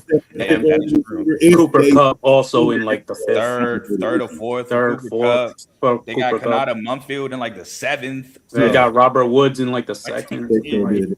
Well, no, They got- Robert Woods. I Yeah, think they got him traded because I think the Bills got Robert Woods, and then y'all traded. Oh him. yeah. They traded him. We traded him. I didn't know Yeah. that. My bad. Yeah. But yeah, nah. I'm not worried about Puka exactly. I don't know. I feel like that's overblown. He's young. He's dumb. It's because he's young and he's in this. It's just where he All right. hangs out. It's Gotta just stop nothing but y'all. media 'Cause presence. I gotta get first of all, I gotta get my boy Chris up here because the Yep. Ravens pick is in is actually faster than I thought. Salute my boy Chris, big flock in the building, What's going on with it? and with the 14th pick in the 2026 NFL Draft, the 2027 Super Bowl champ select the Vega Ione guard, Penn State. Let's go. Hey. Let's go. Hey. Vega is a Raven. And I'm going to say this. This is where I had us going. I had us getting Vega Ione. Love the pick. Chris also spoiled it in the draft episode when we was at like pick 3. He said Ravens going Vega. And I was like, hold, Chris. Hold on. We going to get there. I'm with you. Just let me get there first. So me and Chris both love the pick. Lamar gets some help. Big Falele out the door. In steps Big Ione. And man, we get a monster at guard. He's super freakish athletic. Can pull. They need him to pull. That's really important. You They see need a pull. Vega on a power with Derrick Henry coming behind that. Oh my God. It's going to get ugly for folks. I love the pick. And gave up 0 sacks and passing last season for Penn State. So he's going to be there to help protect Lamar. I love this pick. Chris, talk to me. 320. Ooh. Hey, man. Can't control the line of scrimmage. Can't control the game. Ain't got no You're chance. absolutely correct. But we need to do. That's it. That's football. Controlling the line of scrimmage. I'm so happy we got this big flopping turd Falele up out of here. Now we can actually get some protection, man. You can build around this, man. Wonderful. And I called it. You know what I'm saying? So if we drafted anybody else, I was going on a rampage. Let that be known. You both. I was going on a rampage. You can't go from having one of the worst O lines in the NFL to not picking a lineman out the gate. You know Ronnie Stanley. You got straight bums out there on the guards. You just lost your center. Dude, you gotta go lineman, man. You gotta get the right lineman, man. So I love to see it. We got a dude that's gonna play like a Raven at the lineman position, man. He go out there, he gonna get physical. He trying to put dudes' helmets in the dirt. I love it. He active, physical. You know what I'm saying? Like he said, he can get them reach blocks. He can get out there. He pulling. Yeah. This is what we need. Big Yo clearing the hole for Derrick Henry. Oh my God. He's ready to put the ball on the ground this year. Oh my God. Big Yo pulling through on the counters and the crash and the stunts. Man, Lord have mercy, boy. I love to see it. Real quick. Hold on, coach. Real quick. Got to get Griffey his final words because we got to keep it pushing. Griffey, final words. All right, final words. Yeah, I like the pick. I was worried about him going top 5, like everyone was talking, but like my pick for the Rams. Appreciate you having me on. Appreciate you guys. Have a good night. Hey, my bad. I didn't think about you earlier, bro. I said it definitely slipped my mind. Yeah, good. But appreciate you for hopping on. Yes, sir. Hey man, Harbaugh funny drafting this lineman. He got Falele. Why he drafted a tackle? Why Harbaugh drafted? That's your man. You got a tackle. It's still Put a good Falele pick, out though. there. All bias aside, Falele it's was still a good good. pick. Put Falele out there. Why you get the tackle from Miami? You just picked up the best lineman in free agency. Daniel Falele, y'all hardball a clown, man. He a clown, man. Hey, he definitely on some scoring girlfriend stuff, bro. I can't Man, hold I'm you. telling you, bro. But I'm I telling you. did like the fact that he did go get Falele. Put some action behind what you was doing Facts, all last year with us. facts. So he said But we gonna count him. I don't know, but I'm confused though. I mean, he was good to let Lamar die all year. Why are you drafting a tackle with first round? What's up? What's up with that? What's up You with didn't see that, what man? happened to you didn't see what happened to Hey, that? keep big folks out there, man. Let Jackson Dart have to deal with that, man. Put him out there. He should have got Jackson Dart a receiver, man. You got Falele on the team, man. What you need 11 linemen for? You got the one. Like, why you doing this, hardball? What's up with that? What's up with that, man? Yeah, Come on, man. Nah, no funny though. All bias aside, it was a great pick, but it was funny to see, with Falele, he did do that. But Chris, appreciate you coming on. I had to give you a little. I had to talk, try to talk you a little bit because I did DM you. I figured you was at work. I had to give you a little smoke. Hey, man, plantation life. I had to give you a little something. Final words, man, before you sign out and we bring up our next guest for the Buccaneers pick. Hey, like you said, man. Hey, man, talking to the 2027 NFL Super Bowl champions, man. We gonna leave it at that, man. We going all the way this year. That's how we feeling. We feel the same way every year, but you gotta keep the party going too. You gonna be right eventually. Dead clock right twice a day. Hey, man, we just need dead that clock once. right twice a day, baby. We just need it once. Come on, at least one. Man. Let's go, man. But y'all be good, man. Peace and love, man. Yep. Hey, good luck with the rest of the day at work. Have a great day. Rest of the already, day fellas. Already. Yes, sir. All right, that's my boy Chris. But we got another guest. Tampa Bay Bucks fan, not new to CTC or R2L. Give me a second as I load it. All right, we got my boy Trent in the building. He knows a lot about Vega. Was on his Penn State team. Now his Buccaneers team is here to make the pick. Trent, how you doing? I don't know if I can't hear you. Yo, can you hear me now? I could hear you the whole time until you brought me up onto the show. I'm gonna kick you back and I'm gonna bring you back up. Well, you didn't hear that, but you about to see it. All right, Trent, can you hear me? I can see you, but can you hear me? Put a thumb up if you can hear me. Oh God, I'm gonna bring you up now. Trent, can you hear me? Still can't hear you. All right, try to. Yeah, he did exactly what I was about to tell him to do. Try to leave and come back. Okay. So as we wait on Trent, man, I'm excited. This draft is moving. It's 9:30. We about halfway there. It's cruising. I'm liking it because we got the Nuggets and Timberwolves that play tonight, and they decided to make it at 9:30 tonight instead of 10:30. Maybe because it's in Minnesota, though. That does make sense. Okay. So maybe I'll try to catch the end of it at least. So I ain't mad at it. But Trent's having some technical difficulties. Unfortunately, the pick is in. I wanted to talk to Trent. Wanted to see where his head was, who he thought he was going, who he won. Because if you didn't see the mock draft, me, AJ, and Kev had Kenyon Sadiq going to the Bucks. Oh, hold on. Let's see. Trent's backstage again. Let's see if it works out. Trent, can you hear me? Now I can. Yes, sir. My boy Trent. Talk to me real quick. Who do you want? Wait, here it goes. Here it goes. Give me cool. defense. Give me defense. Give me defense. They definitely need defense. They select Ruben Bain Jr., edge rusher, Miami Hurricanes. Trent, talk to me about the pick. I saw a lot of mock drafts with Kenyon Sadiq. I'm glad they didn't do it. I'm glad they didn't do it. Give me a good edge rusher. Todd Bowles needs it. Absolutely. I like it. I wanted to go defense in the first round last year. They took Ibuka, so I'm glad they did it this year. All right. So like you said, you saw a lot of mock drafts go Kenyon Sadiq. I am some people, me, Kevin, AJ, all had Kenyon Sadiq going to y'all at 15. I actually started to think, though, the way the draft was working out, I was like, Mekhi Lemon's still on the board. Do they go Mekhi Lemon? They just lost Mike Evans, Chris Godwin, maybe receiver 1. I know y'all like Emeka Ibuka. I like Emeka Ibuka, but y'all also do have Tez Johnson as well, who I think Tez Johnson had kind of an underrated rookie season, in my opinion. So I do like the pick. I think y'all do need defense. Y'all did lose Tyon Sharenka. I know I didn't say his full name, but y'all did lose him off the edge. Levante David did retire. So I do like the defensive move here as well. And I always said that Ruben Bain's a guy that can move around. So pick him up. Vita Vea is still there, clogging up the inside, probably bringing guards towards him, leaving a lot of one-on-ones for edge rushers. Would like to see what Ruben Bain does with said one-on-ones. And I think the short arm thing, I don't think that'd be an issue, especially in Tampa Bay. Coach, talk to me about Ruben Bain. Oh, while you were talking, I was just watching the videos, and I was personally looking at what you just spoke about, his short armness. So here's where offensive linemen are going to have a problem, right? He's going to get a lot of calls for him 265 due to his short arm, if that makes sense. Like, because of how he can aggress and get to the quarterback, you're going to see extensions because of his short arm, but on the opposite side, which will go, vote well on his direction, because he is very big and very physical. So I don't think the small arms thing is going to be an issue for him. I don't think that's ever an issue for any lineman, as long as their strength and penetration can kind of, obsolete that. All right. Hey, Trent, this your team, man. Let me know, son. Talk to me, man. Talk to me.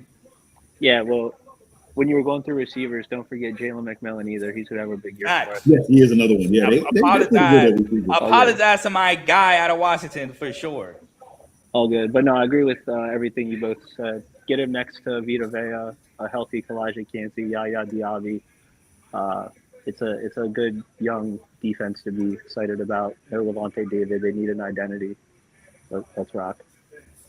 Yes, sir. Yes, sir. So with his short arms, you might even be able to use him inside as a D tackle, because from what I can see, his penetration is very good.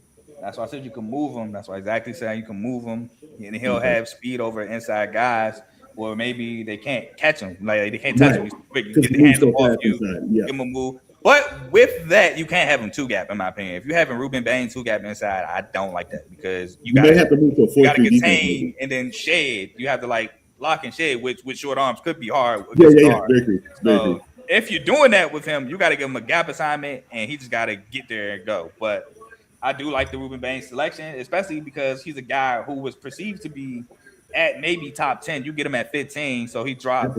I like this for Tampa Bay. Like Trent says, you do have 4 solid receivers still. Now, Trent, you didn't go Kenyon Sadiq. Do you think that y'all will feature Cade Otton more now that you didn't get Kenyon Sadiq? It's going to be interesting to see. They got a new offensive coordinator. They brought in Robinson from Atlanta. They re-signed Cade Otton to a good deal over the offseason. So you would think that money was a part of getting him more involved. All right. Let me address that real quick. With the movement of Mike Evans, okay, I think this actually pushes Cade Otton to be at least the second, third option in the receiving part of the game. He'll probably be the 4th option in total because of the running backs that they have. But I would say prior to this, he was like the 5th or 6th option. So that's why he was only getting maybe a couple of catches here. Or when somebody went down, now here's big Cade Otton could just step into any role. So I think with Mike Evans being gone, it won't be him stepping in anymore. Like Trent said, depending on how the new offensive coordinator works everything, he might just be a focal point of the offense now. All right, Coach. But with that being said, Trent, we'll give you your last words in a second. The Jets pick is in, and with the 16th pick in the 2026 NFL Draft, the Jets surprisingly take Kenyon Sadiq, tight end, Oregon. Trent, give me your last. I don't, but give me your last words real quick, Trent, and then me and Coach will talk about Kenyon Sadiq. Yeah, I was going to say, there goes Sadiq. So he's a heck of a player, heck of an athlete. That's a good pick. Thanks for having me on the show. As always, appreciate seeing you guys. Glad the Bucks went defense. I'm excited they did that. So all right, man. Appreciate you for coming on, Trent. And as always, man, we'll see you during football season. All right, by the way, hey, Red Sox got lucky. Well, they're terrible right now. I'll be at the Red Sox Orioles game tomorrow, so I'll take a picture for you. Shout out. All right, be easy, guys. All right. Kev, I'm still waiting on the okay from Kev about whether he's okay or not. But in the meantime, we got to talk about Kenyon Sadiq to the Jets. I like the player. I don't like where he got selected. Here's why. I like Mason Taylor for the Jets. What did Mason Taylor do that you did not like? I thought Mason Taylor had a solid season for them. Even with Justin Fields and Tyrod Taylor at quarterback. I felt like, if anything, go Makai Lemon to help Garrett Wilson. He's on the board still. Get Garrett Wilson, another guy on the side of him if you're going to go offense. So that's why I don't like the pick. but I mean, maybe they feel like they about to go a bunch of 2 tight end sets. And I was just about to say that. I was just maybe about they to go say a bunch of 2 tight end sets. Threat of the play action with Breece Hall and Braylon Allen. Yeah. 2 tight ends. Maybe they get a fullback and just Garrett Wilson 1-on-1. Who knows? Look But at this offense right now, like basically what they did. It literally mimics the offense of the Patriots that had Aaron Hernandez and Gronkowski, because during that time frame as well, they had 2 great running backs. So it sometimes going 2 tight end set is good for you when you don't have offensive weapons enough to move forward. So you can 2 tight end weapons. It's not going to hurt you. That's extra blocking for your running game because you do have 2 really good running backs as well. So it does help to run on either side of the field when you have a 2 tight end set. Yeah, I mean, like I said, man, I like the player. I just don't like where he got picked. Because, like I said, Mason. What was wrong with Mason? Absolutely, I agree. I like Mason Taylor, bro. I think he's solid. Now, I mean, again, 2 tight end sets. I Yeah, see it. what quarterback do they have? I agree. Kenyon Sadiq ain't necessarily no run blocker. Like, he's an athletic guy. He's a pass catching tight end. I mean, do you fear the run when Kenyon Sadiq on the side? Do you tip like, all right, Kenyon Sadiq is lined up on the left. They're going to the right because they're not running behind Kenyon Sadiq. Who knows? I don't know. But that is the Jets selection. The player himself, really, really great athlete at tight end. I think he's the 3rd best prospect at tight end since 2020. I think Kyle Pitts is probably – no, I think Brock Bowers is probably the best tight end prospect since 2020. Then I would go Kyle Pitts, and then I might go Kenyon Sadiq right behind him. But really great tight end prospect, super speed at tight end. We got some NBA news. Shout out to the Atlanta Hawks. They go up 2-1. Joe put it up himself. My fault, producer. Let me let you do your job, big dog. My fault, producer. CJ McCollum with a game winner. Jalen Brunson turns the ball over. The Hawks are up 2-1. Shout out to PJ, Atlanta fan. He's a Braves fan. He's a Hawks fan. He's a Falcons fan. They go up 2-1 with game 4 on, I believe, Sunday. Correct me if I'm wrong, producer, but league game 4 Sunday. But shout out to him. Shout out to the Hawks, man, because a lot of people, including myself, picked the Knicks to win that series, and the Knicks are actually down 2-1. But back to the draft. Coach, talk to me about Kenyon Sadiq.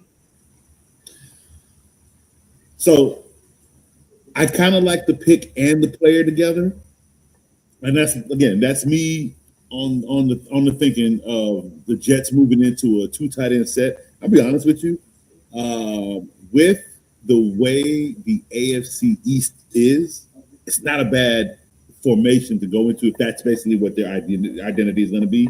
You don't have a top 15 quarterback, so you're right.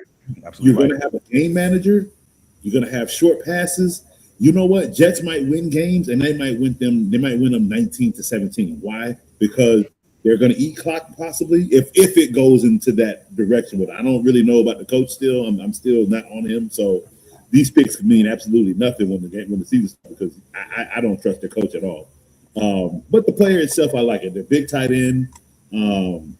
From what I can see, he's a blocker and a catcher. So I'm not sold on something. Always a steal. I'm not sold on Kenyon Sadiq as a blocker. But I don't know how many games the Jets winning. I tell you this, I don't have them winning many. 6, maybe 5. That division they're in is not easy. So I'm about to say they got the Pats twice. I mean, them and the Dolphins could duke it out for last place for sure. But Pats twice, Bills twice. I don't know what the rest of their schedule look like off top.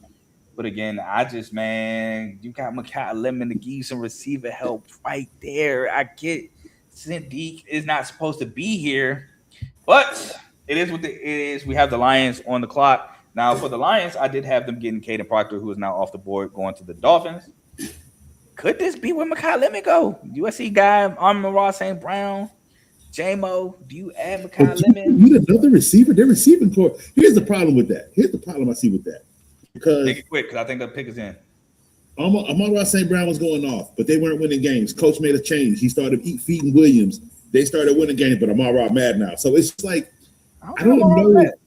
I don't want to say mad, but he wasn't eating the way he should have been as the number one because it started going to Williams, who's faster on the coach's type of playing, like his type of offense. I'm going to say this. I would go O-line if I'm the Lions because Jared Goff had, and it's not even because the O-line was bad, but the O-line was so injured they had like no depth. I mean, they had nowhere to go. Yeah. And it kind of wasn't their fault because Frank Ragnow announced his retirement like at training camp, and then like, oh my god, I hate when players do that crap, bro. Yeah, you could did that before draft, bro. Stuff happened after that, but with the 17th pick in the 2026 NFL Draft, the Detroit Lions select offensive tackle Blake Miller. Oh, bro, hold on, I'm not a Lions fan. Why send me that? They sent me the pick. I don't think they sent me picks for any other team. I guess they be hearing me because y'all know if you're in the chat. They sent me every pick. Never mind. I take that back. They've been sending me every pick. I just noticed this one. But they picked Blake Miller. I had him going Caden Proctor, like I said earlier. He's obviously off the board. I like the pick. Blake Miller played a ton of snaps at Clemson. I think he's been starting since his freshman year, if I'm not mistaken. Yeah. Been all ACC. So they get an experienced guy. I think he has a great base. I think he's great in pass protection. I think he has great hands. And I think he finishes blocks and runs and passing. So nice. I think they get a guy that they can go opposite of Penei Sewell and protect Jared Goff. Because Jared Goff ain't leaving that pocket unless he has to. And when I mean has to, they got to be defenders like 15 yards down the field. They got to be a man-to-man coverage, and there's a hole, and he could like get a first down off of it. Like 35 or something. Other than that, he's not leaving that pocket. He's not leaving that pocket. With the you Vikings got to put a wall around him. Yeah, and if you can affect that pocket, which the Vikings did so well this last season, which is why they swept the Lions, then you really disrupt everything with Jared Goff in that Lions offense because now you gotta get the ball out quicker than he wants, or the play's not developed, and he can't go nowhere. He can't run. He's a statue. Once you penetrate, he's just gonna fold. It's over. So love the pick here. You got to protect Jared Allen. Not say Jared Allen. Jared Goff, excuse me. Jared Allen is a Hall of Fame DN. Got to protect Jared Goff. So I love it. I love the pick. Go ahead, Coach. Yeah, I love it. When I did my show and I was looking at what the Giants, sorry, Coach. Do it quickly. The Vikings already knew they wanted. They're already making a pick. Go quickly. I like the pick. Now the Vikings went left with the 2028. Master 2028 with the 18th pick in the 2026 NFL Draft. The Vikings with Caleb Banks, defensive tackle, Florida. This pick came out of nowhere. Over Peter Woods, over Caden McDonald, they go Caleb Banks, 6'6" and a quarter, 327. The guy he's a mountain of a guy. I think the guy got some speed on him a little bit. What's his 40? Hold on. I don't know his 40. We got news. We moving in this draft. The Eagles do business with NFC East rival Dallas Cowboys to trade up to pick 20. So after the Panthers pick, the Eagles are on the clock. They need to Cowboys move back to 23. The Eagles move up. Okay. So Cowboys think they can still get that guy at 23. Tomo, do you want me to bring you up? Yeah, he ready. We got Tomo back. Tomo, talk to us about the trade. We'll be right back. What? Last time I can't be mad. Last time we did this, we ended up with Micah. So the Cowboys get the 23rd overall pick 114 and pick 137. I know what they're doing. They're going to get that linebacker from Texas Tech, Jacob Rodriguez. Yep, they moving back. They was like they didn't want to take him too high. I gotta turn this down because I don't, like you said, copyrights. But yeah, appreciate you, my boy. Yeah, I didn't even know about it. I was waiting backstage. I was like, all right, the pick coming up, and then next thing you know, I hear trade. I said, let me cut the camera on right quick. We're gonna put this up, Worm, but it don't mean the F word, it means freak. He said because we family, we don't curse on the show. Yeah. We know what you mean. My fault, producer. Let me let you do your job. My fault, producer. But yeah, man, NFC East business going on. And the crazy thing about it too is Kev was saying something in the NFL chat. He was like, "Man, Howie, what you doing?" And I was like, "Man, finding more." I said he was finding more picks, right? And then next thing you know, we the team that called up. Like, I guess that's what he was doing. He was on the phone with Jerry. It take him too long. So, hey, Kev, let's see what happens here, man. Let's see what y'all go do. Hey, the Eagles saw Blake Miller off the board. They said, "Hold on now, brother. Ain't too many old tackles left. What we doing here? We gotta get one quick." I was kind of happy the tackles was leaving because I'm like, Dallas coming up. They mess around, bro. They gonna mess around. Tyler Guyton. But your boy, he's still on the board. But it's too late. Y'all got Caleb Downs. Yeah. We got him. But wait. But your other boy is still on the board. And I don't know if people gonna take him with the medical history. I don't know. They might do it. Will Johnson 2.0. Even I told people Will Johnson was nice. But I'm just saying, Carl, they might do it here.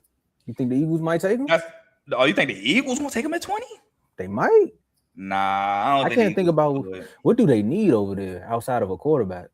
Chill, bro. All right, my bad. I don't want to be too controversial, but what do they need over there? So they could definitely go O-line because the O-line was bruised and battered last year. True. They could go safety. No, not safety. They could go safety though with Dylan. They could definitely go safety with Dylan. They can go. What's his name? Andrew Makuba. Again, Tomo. Double high safety. They had Makuba. They had Reed Blankenship. And so Reed's gone. Yeah, Reed is gone. I think Reed is in Houston now. Yep. So they could go Dylan. They could go another cornerback because again, like AJ said on AJ's Birds, if you haven't listened, go ahead and listen to that.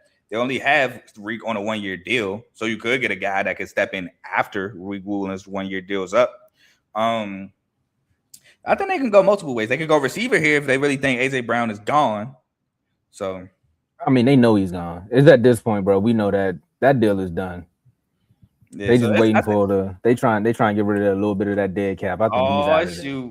You say Eagles trade with the Cowboys, and Kev is back. Welcome back. Is he trying? We got the same color scheme, bro. What's going on here, bro? I know we did business, but you gotta unmute yourself, kid. Yeah, man. It's the whole Micah and Smitty all over again, bro. It's happening. I think we're going OT though. Oh, we took. Oh, keep it to yourself. We still don't pick 19. I think we're going OT. Well, now you don't think nothing, but keep it to yourself. Just talk to me though about. He's smiling. Hold up.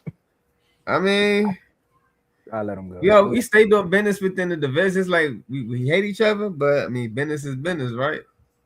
Who else gonna answer the phone but Jerry Jones? The wild part is, bro, our fan bases can't stand each other, but the organizations don't listen to none of that. They like, what you got? It's business. Business is business. You do the best business with your ops, to be honest. I mean, so I gave us Michael for 3 years. Shout out to that. I mean, we ain't give up much. So I mean, it is what it is. We do no business without us. We wait for the pick to get in. That's all I'm gonna say. Panthers pick is in. We ain't even talk about Caleb Banks. Which shout out to the Vikings for getting Caleb Banks. I think he's a big guy that can move. He can definitely control the line of scrimmage. But we'll move on to the Panthers. Y'all stand up because Eagles next, right? Are y'all stand up for that or? Yeah.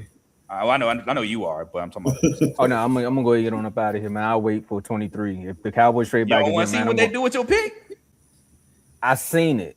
I just want to see y'all reaction. Oh, okay.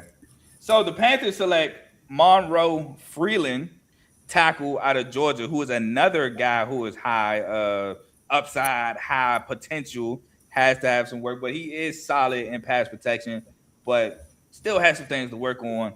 But if they can get him to the level of a passer with that big frame and protect Bryce Young, and Bryce Young can cut down on them turnovers. He still had 11 picks. But if he can cut down on them turnovers, the Panthers could be solid, man. The Panthers could be solid. But I think this is a great pick. You want to protect your franchise quarterback to be. This is year 4. He has to prove a lot more this year. But, again, another high upside guy here at 19, excuse me. I like the pick for the Panthers. Kev, I know this is a guy that you like, so I'll let you talk about it. They made the pick. Oh, Coach, talk about it. Oh, I love it. So, the Panthers. So here's the thing. Without those 11 picks, I'm gonna be honest with you, I actually don't think the Panthers make it to the playoffs the way they did without those 11 picks. What I mean is there won't be that aggression of him throwing in the air. And that's something we kind of didn't get in the beginning of his career, starting with the Panthers. And we got to see that. Was this his third, fourth year with the Panthers now? This is his 4th coming up.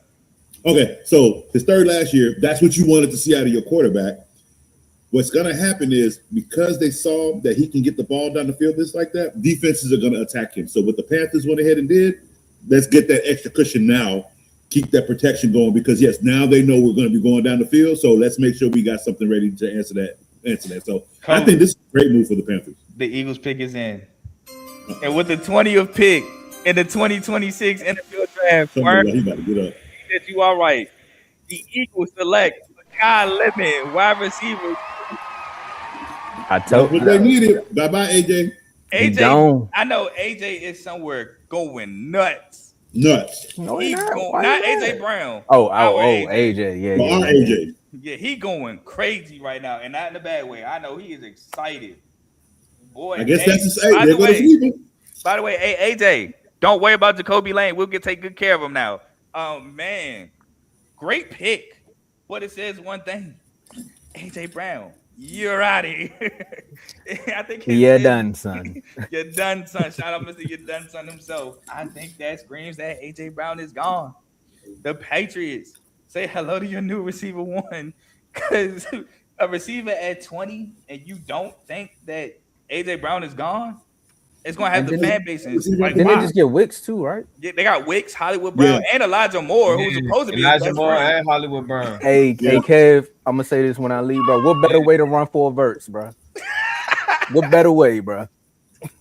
I'm out off that one, man. Wow. See you in 3 picks, Tomo. Kev, this your team. Talk to me about Mekhi Living. My baby boy going off, but I didn't expect him to be here, man. I didn't either. Nobody. It's kind of like like one of those. You just gotta take him because he there. Yeah, I agree. Oh, you definitely do. And I'm glad you did, because Pittsburgh is next, and they were definitely about to take him. So I'm glad you did it. Because I definitely think Pittsburgh was taking this, no matter what. Yes, they traded for Michael Pittman. We talked about in the mock draft. You have to take this at 21 if he's there. So I'm glad you did that. But Mekhi Lemon, man, dog. That's all you describe Mekhi Lemon with. He's just a dog. He's going to do it all at receiver. Route running, gets open. Make contested catches. Great after the catch. Gets you yards after the catch. Yak, for those that don't know. He does it all at receiver, man. He's a complete receiver. So he actually won the Fred Biletnikoff Award, which caused a lot of controversy because he won the Fred Biletnikoff, but Jeremiah Smith won the receiver of the year in the Big Ten, and USC is in the Big Ten. So it caused controversy because, how does Jeremiah Smith win the receiver of the year in the Big Ten, but Mekhi Lemon wins the Biletnikoff, which is the best receiver in the country and in the same conference? But I love the pick. Y'all could, Kev talked about it. Coach, real quick, because I got to introduce our next guest. Amazing pick. Good move for the Eagles moving up. Again, you're addressing your issue at wide receiver. You're getting rid of one. You went ahead and got him from, it's like one of those things, right? You brought somebody in who was already used, and you tried to do what you could with him, and you got a Super Bowl out of him. But things didn't change. You let him go. Now you're bringing in somebody that you can garnish into the Eagles mentality, the Eagles way. Same as Smitty. So, and I like the compliment for Smitty, actually. All right. So, the worst team in the NFL is on the clock at 21, and we have my guest who got something to say about me saying that. He's a family to the CTC show. Got my boy Ace. Shout out my boy Ace. Ace, I kind of did you. There we go. How you doing, my boy? I heard you. What's going on, man? How y'all feeling? I had to hey, man. You're not the only one doing this 30 today. They picking everybody that we need to get. Hey, man. I seen them get Mekhi Lemon. I was like, oh, the Steelers are next. Thank you. I ain't gonna lie. As soon as I saw the Eagles jumpers, I already knew what time it was. Thank you. Hey, I know because Rich Carter about to leave, Brown about to leave too, so it's over with. Yeah, man, we could have had that SC connection with Pittman and Lemon, but it's all good, man. I don't know who we're gonna get though. Like I thought we were gonna try to trade up and get a tackle or a guard, but doesn't seem like that's happening. So yeah, I'm interested to see what's coming. Yeah, so I had y'all getting Monroe Freeland on my draft board, but he went 19 to the Panthers. I could see y'all getting Max Ian Anchor, the raw prospect from Arizona State, who's also a tackle. But then I don't know if y'all want to do that because y'all dealing with Brett from Georgia. What's his name? Broderick Jones. Yeah, Broderick Jones. Yeah, he was already a builder for real. So I don't know if y'all want to go that route again. I don't know if y'all want to go defense. Oh, I'm about to do producer job again. My fault, producer. I don't know if y'all want to go defense. I don't know if y'all want to go. Well, y'all could go. It is a running back. Y'all could go, and it wouldn't be crazy. And Adrian Price, again, not that much tread on them tires. He could return. Yeah. He returned the rock. He's good at special teams. You had the return touchdown against USC. So that's maybe an option. Y'all could go quarterback here. I don't think y'all do. Nah, Ty Simpson off the board. Even though I'm not a Ty Simpson guy, but I would love Ty Simpson for y'all because I'm not a Ty Simpson guy. But he's not with all the conversation and talk they keep having Aaron Rodgers. No, ain't no quarterback here. Yeah, that's crazy. Y'all let a 41-year-old or more quarterback hold y'all hostage. It's crazy. Well, I heard something that said that Will Howard's taking all the first team reps, which I mean, who else would do it? Obviously, but I don't know. I think they should just go ahead and see what Will Howard got at this point. I mean, of course, Aaron Rodgers can come in at any moment and kind of derail it, but I think he's earned the time at least. You know, he's been there, he's been working, and everybody has high regards when they speak on him. So I think you might as well give a kid a shot. This is Steelers you talking right now. I know how you feel about Will Howard. I'm gonna let you decide whether you want to let that out or not. I mean, well, look, Will Howard is definitely not my favorite quarterback. I've always thought Will Howard was cool in college. Me and you basically share the same sentiment about him. But you know, I think that the way people are in college isn't always how they are in the pros, and I think that Will Howard has the experience. And the one thing that we've seen from quarterbacks in recent years who have come into the league and had success early on, they've had a lot of experience. Particularly look at Bo Nix. You know, he's a guy who played 4 or 5 complete years of college football, and look what he's doing with Sean Payton. So I'm not totally against him. I do like how we're trying to change the offense and things, and we'll see where we go here. If they went corner, I've seen some things that we're talking about Avion Terrell, and I'm not mad if they go in corner, but I don't know, man. At this point, I'm just interested to see. I know we're here from Pittsburgh. If y'all get Avion Terrell, I'm gonna be so mad because y'all always drafting people I like. If you're so confident about keeping Aaron Rodgers, like Aaron Rodgers coming back, I'd get him a weapon. If you're that confident, I wouldn't be mad at Omar Cooper either, though. To be honest, I wouldn't be mad at. Well, I would be mad because obviously I hate y'all. But as a non-biased guy, I wouldn't be mad at that. They could go. I don't know. Could they go running back here? I said Adrian Price. Not they got Jerome Bettis out there. I don't know. They got Adrian Price is on the board, but. That being said, they are out there, and with the 21st pick in the 2026 NFL Draft, the Pittsburgh Steelers select. Come on, what the world? Why is it taking so long? You rapping? Read it, Jerome. They select Max Anchor. Like I said, tackle out of Arizona State. They get the project who's actually an athlete at tackle, so they're going to have to deal with it. And that's another thing. Protect Aaron Rodgers. Right.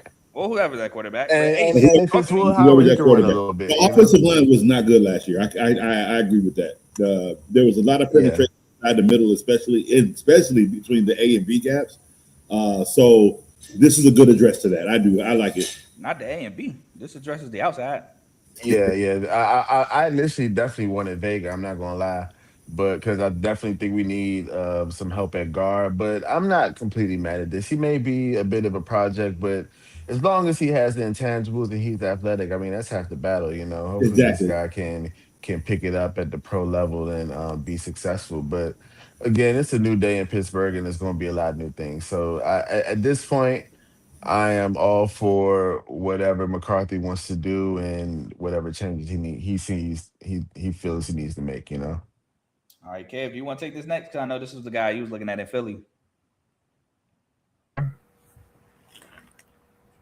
Huh? You talking about Max Anchor? Yeah, Max Anchor. To the Steelers, I think it's a good pick. He's still a project, but due to freak of nature. So Steelers like those big offensive linemen. He got a lot of athleticism, man. A lot of they like those projects, should I say. He got a high upside. So he could potentially all pro against me or Pro Bowl type tackle in the league. So yeah, I will say my fault. I will say this. Like A said, there is a new day in Pittsburgh, and they do have an offensive head coach and Mike McCarthy. So he probably has a staff that's pretty much. I don't know what his staff is looking like in terms of O-line. I'm not going to hold you there, but he might have a really good staff that can help coach him up to get that potential out of him. Broderick Jones wasn't in the Mike McCarthy era now, so I think that project. I don't know if you agree with this. Do you think that project is now done with Broderick Jones? Like as far as I'm talking about Ace. No, I don't think it's over. I think him getting hurt definitely kind of derailed it a bit. But I think they still believe that he can be, a very good player. I think a part of the issue was, which I think is something that we had a similar problem with. I think maybe Kevin Dotson. I think he's playing out of position. I don't think he's a natural. I believe he's a right tackle, or he's a natural right tackle, and they have him playing left. I can't remember which one it is. I want to say he came out right tackle.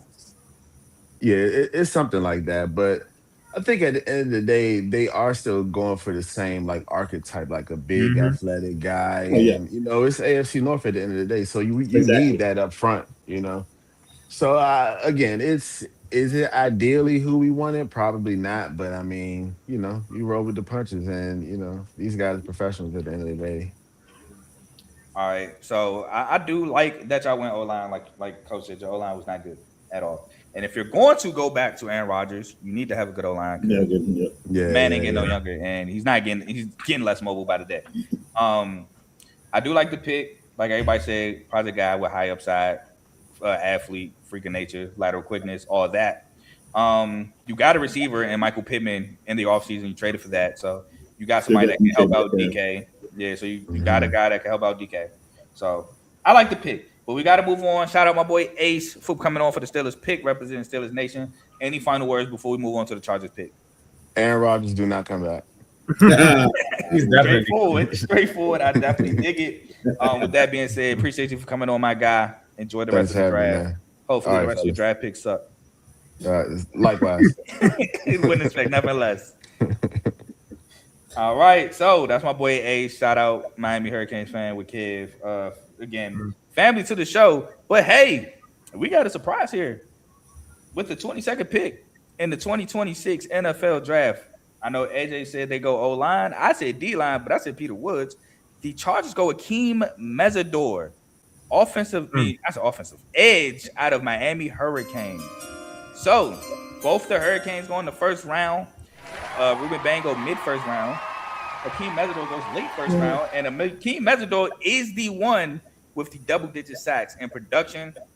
Akeem Mesidor to me is just steady. Just good motor, getting to the quarterback, long arms. You can set the edge. You get shade guys off of him. And he's also an athlete just as well as Bain that can get to the quarterback. So I love the Akeem Mesidor pick. Again, Kev alluded to this, so I got to give him his credit. With Khalil Mack being on retirement watch next season, they got a guy that could come in, learn from Khalil Mack under a year, and possibly take over once Khalil Mack leaves. So shout out to Kev for that insight.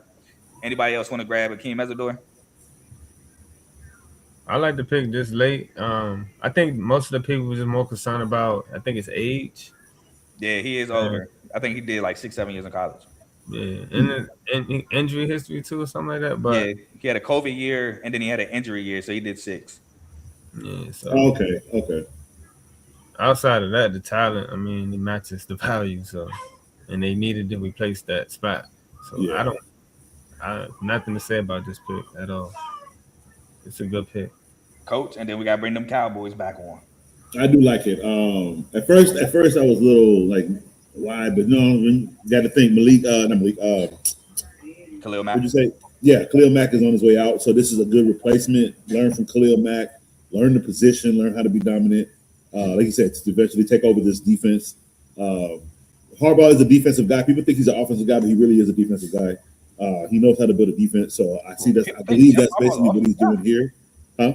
I said people think Jim Harbaugh's an offensive guy. Some people think he's offense. I don't know why they think just that. Because of the way his offense is, the play calling. I think he's mobile on both sides of the ball. I think his mind is great on both sides. He's a defensive guy that learns to run the football. Yeah, thank you. So I think again, that's literally what he's doing here.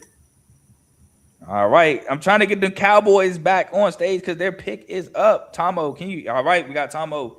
Cardo, hey, can you message Cardo for me? I don't know if we locked in like that, but appreciate you, Tomo. Got the Cowboys back up. Tomo, once you look up, I'm gonna add you back because I know you reaching out to Cardo for me, and I appreciate that. All right, we got Tomo back. Welcome back, my boy. I'm calling him. Hold on. Oh, shoot. I said once you look up. My bad. He looked up as soon as I said it, so I was like, all right, bet. I think he good. My fault. But Cowboys back up at 23. Only one cornerback's been taken, and that's Spencer Delaney. Yeah. Still got Avion Terrell. Still got Jamal McCoy. Still got Chris Johnson. Still got Colton Hood. And for all intents and purposes, some people had Brandon Cisse in the top 5. South Carolina fan here did not see him as a top 5 cornerback. I didn't. What if they take Malachi Lawrence?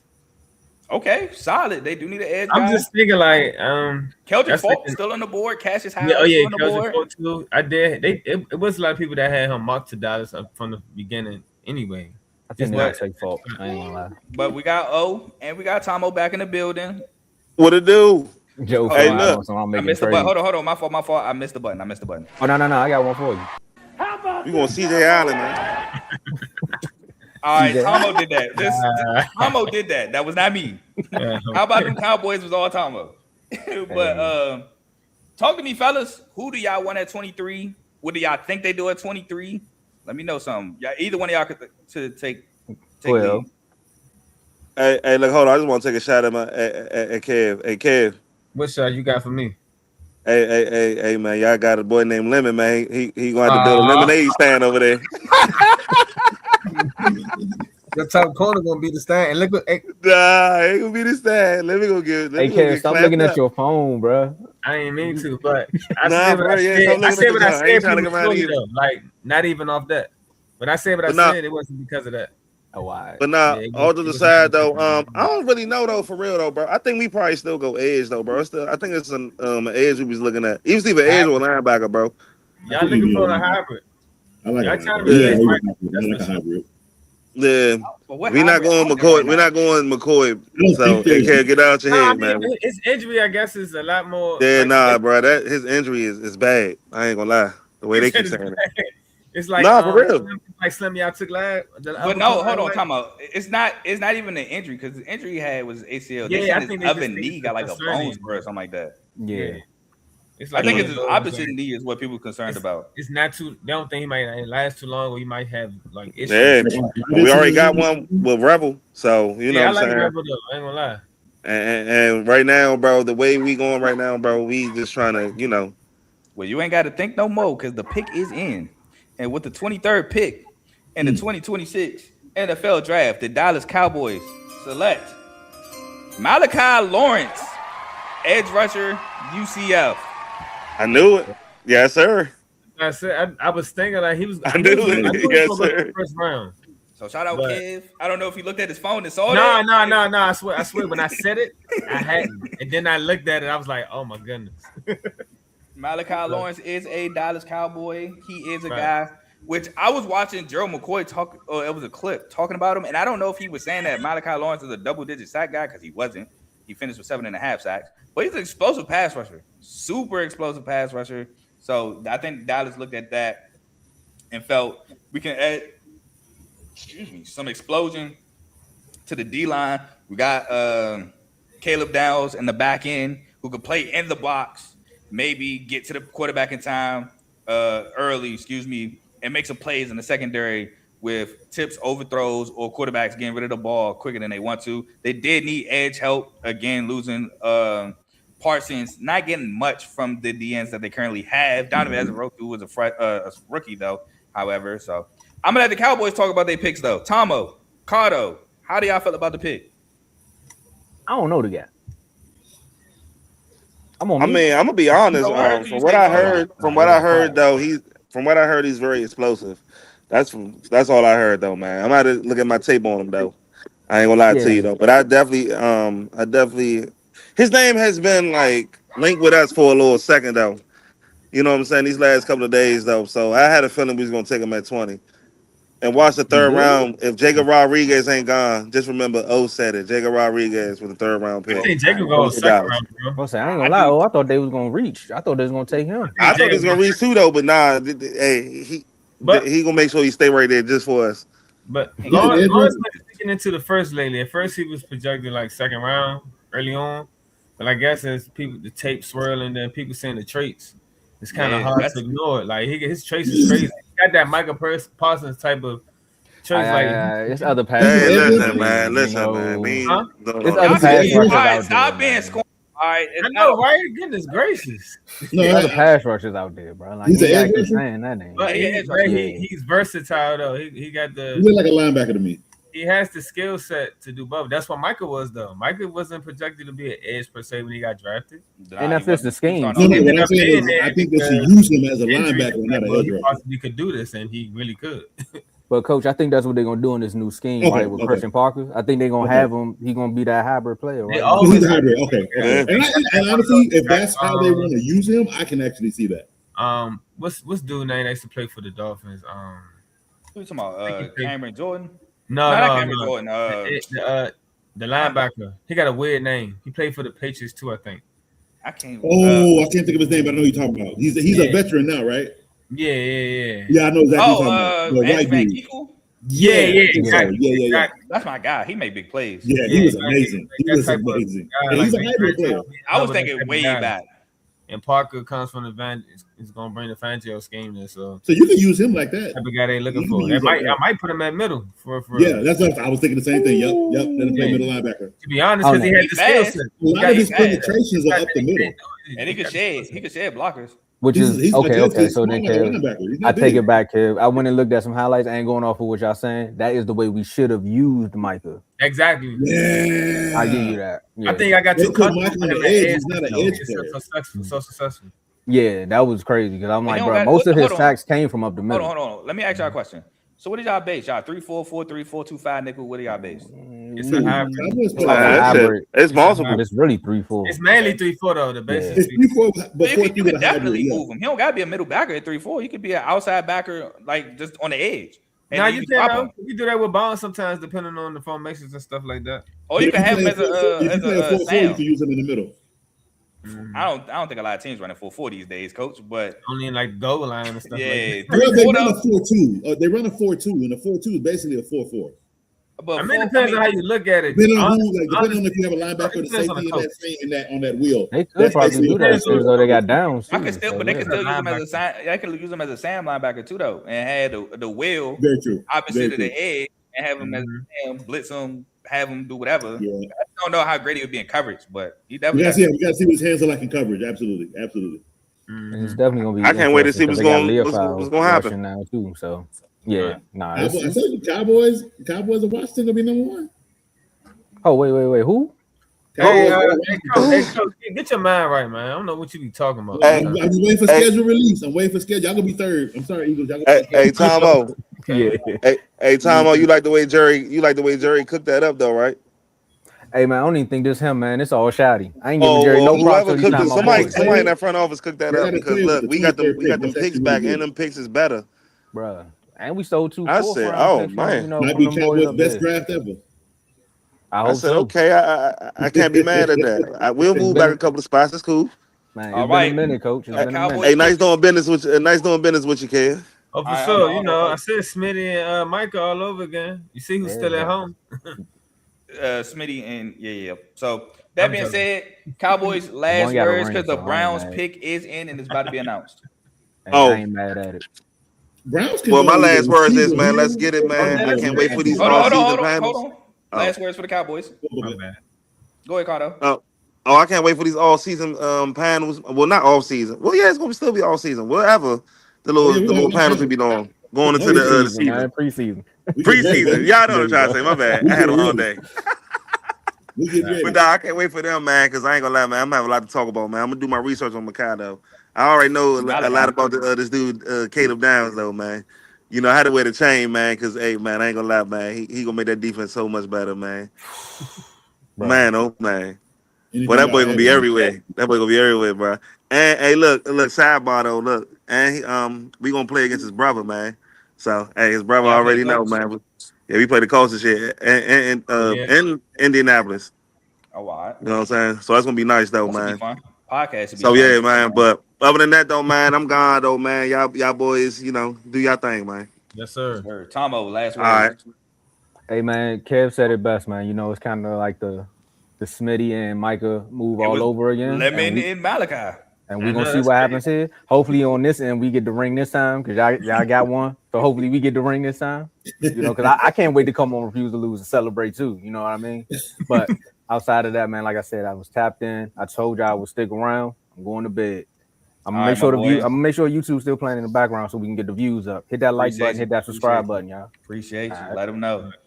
All right, with that being said, we got to quickly go over the Browns picks. I do have my guy in the back to talk about the Bears. He is a Bears fan, family to the show. Went to school with the guy at MSU. But Browns select KC Concepcion over Omar Cooper Jr. Now, I just wanted to talk to AJ to see how he feel about it. Yeah, I know he going crazy. I know he liked the pick. That's why I said, hey, we'll take care of Jacoby Lane. But quickly, I love KC Concepcion. Watched him at 2 years at NC State as he was the only weapon at NC State. He was taking L after L. Oh, you know what? We got to move forward because I think the Bears about to announce. We got my boy in the background. My boy Luke from MSU. Hold on, let me get him right. Everybody get the cheers. Shot. Well, where'd he go? Oh, it moved him. What's going on, Luke? I was like, damn, I ain't going nowhere. It was good. Second row, and then when I hit the click you to bring you up, it moved you to the first row. So, I thought that was me. So, Luke, real quick, Bears on the clock. 25th. I was gonna say the pick is in. The pick is in, but wouldn't have been surprised if they potentially traded out of this just based on need. But Ben Johnson. I mean, and Ben Johnson, I trust. I'm gonna convince myself of whoever he picks right here. I'm gonna be honest with you, but honestly, another pick is not in. I do hope we add some left tackle or edge depth to this team, but I don't want them to reach for anything. That's why I was thinking potentially they could trade out of this pick. But I was thinking, what's his face, Keldrick Fall. Yeah, I was potentially thinking that could be a move here, but quick question: who's the Bears running back? DeAndre Swift. That's split. Yeah, Kyle Mononga, DeAndre Swift, which seemed to be pretty good, like lightning and thunder last year. Honestly, I think we were second in the league in rushing last year. And Kyle Mononga, I think, really came on towards the end of the year. Oh yeah, but I mean, you guys are good at running back. But I mean, we know Ben Johnson. He'll pick best available no matter what. Yeah, he just wants competition. So like I wouldn't be shocked anywhere he goes. He might pick just best available player here. What was the Bears' offensive line last year? They I would say pretty good because they made the playoffs. I thought it was pretty solid. They were pretty solid. It was probably one of the better run blocking teams, and then probably like a top 12 pass blocking teams. So there is a question at left tackle here. We have an injury that we need, and not really much of a backfill, and that's obviously Caleb's blind side. So, but at the same time, I just don't see like anybody that they potentially even reach for here there. Maybe Caleb Lomu. Oh, potentially. Caleb played right though. I think Spencer played left. Caleb played right. Hey, I didn't see where Proctor went from Alabama to Miami. Oh, he did. Okay, and that was like in the top 15. Yeah, he went 12 to Miami. Yeah, I didn't think he'd slip down to 25, but then I was quickly catching up on the draft, and I didn't immediately see him. And I was like, is he available? But that would have been a huge pick at left tackle. We have a trade. Not the Bears. The Bears still keeping their pick. The Bears are still keeping their pick. The Texans trade with the Bills to move up 2 spots from 28 to 26. Okay. Details will be. Bills. That means Bills don't need nothing right now. I thought the Bills were going receiver, and I thought they were going Omar Cooper Jr. They need to go receiver. I mean, they don't have any. We got DJ Moore, and I love my dog Keon. Please, he don't belong there.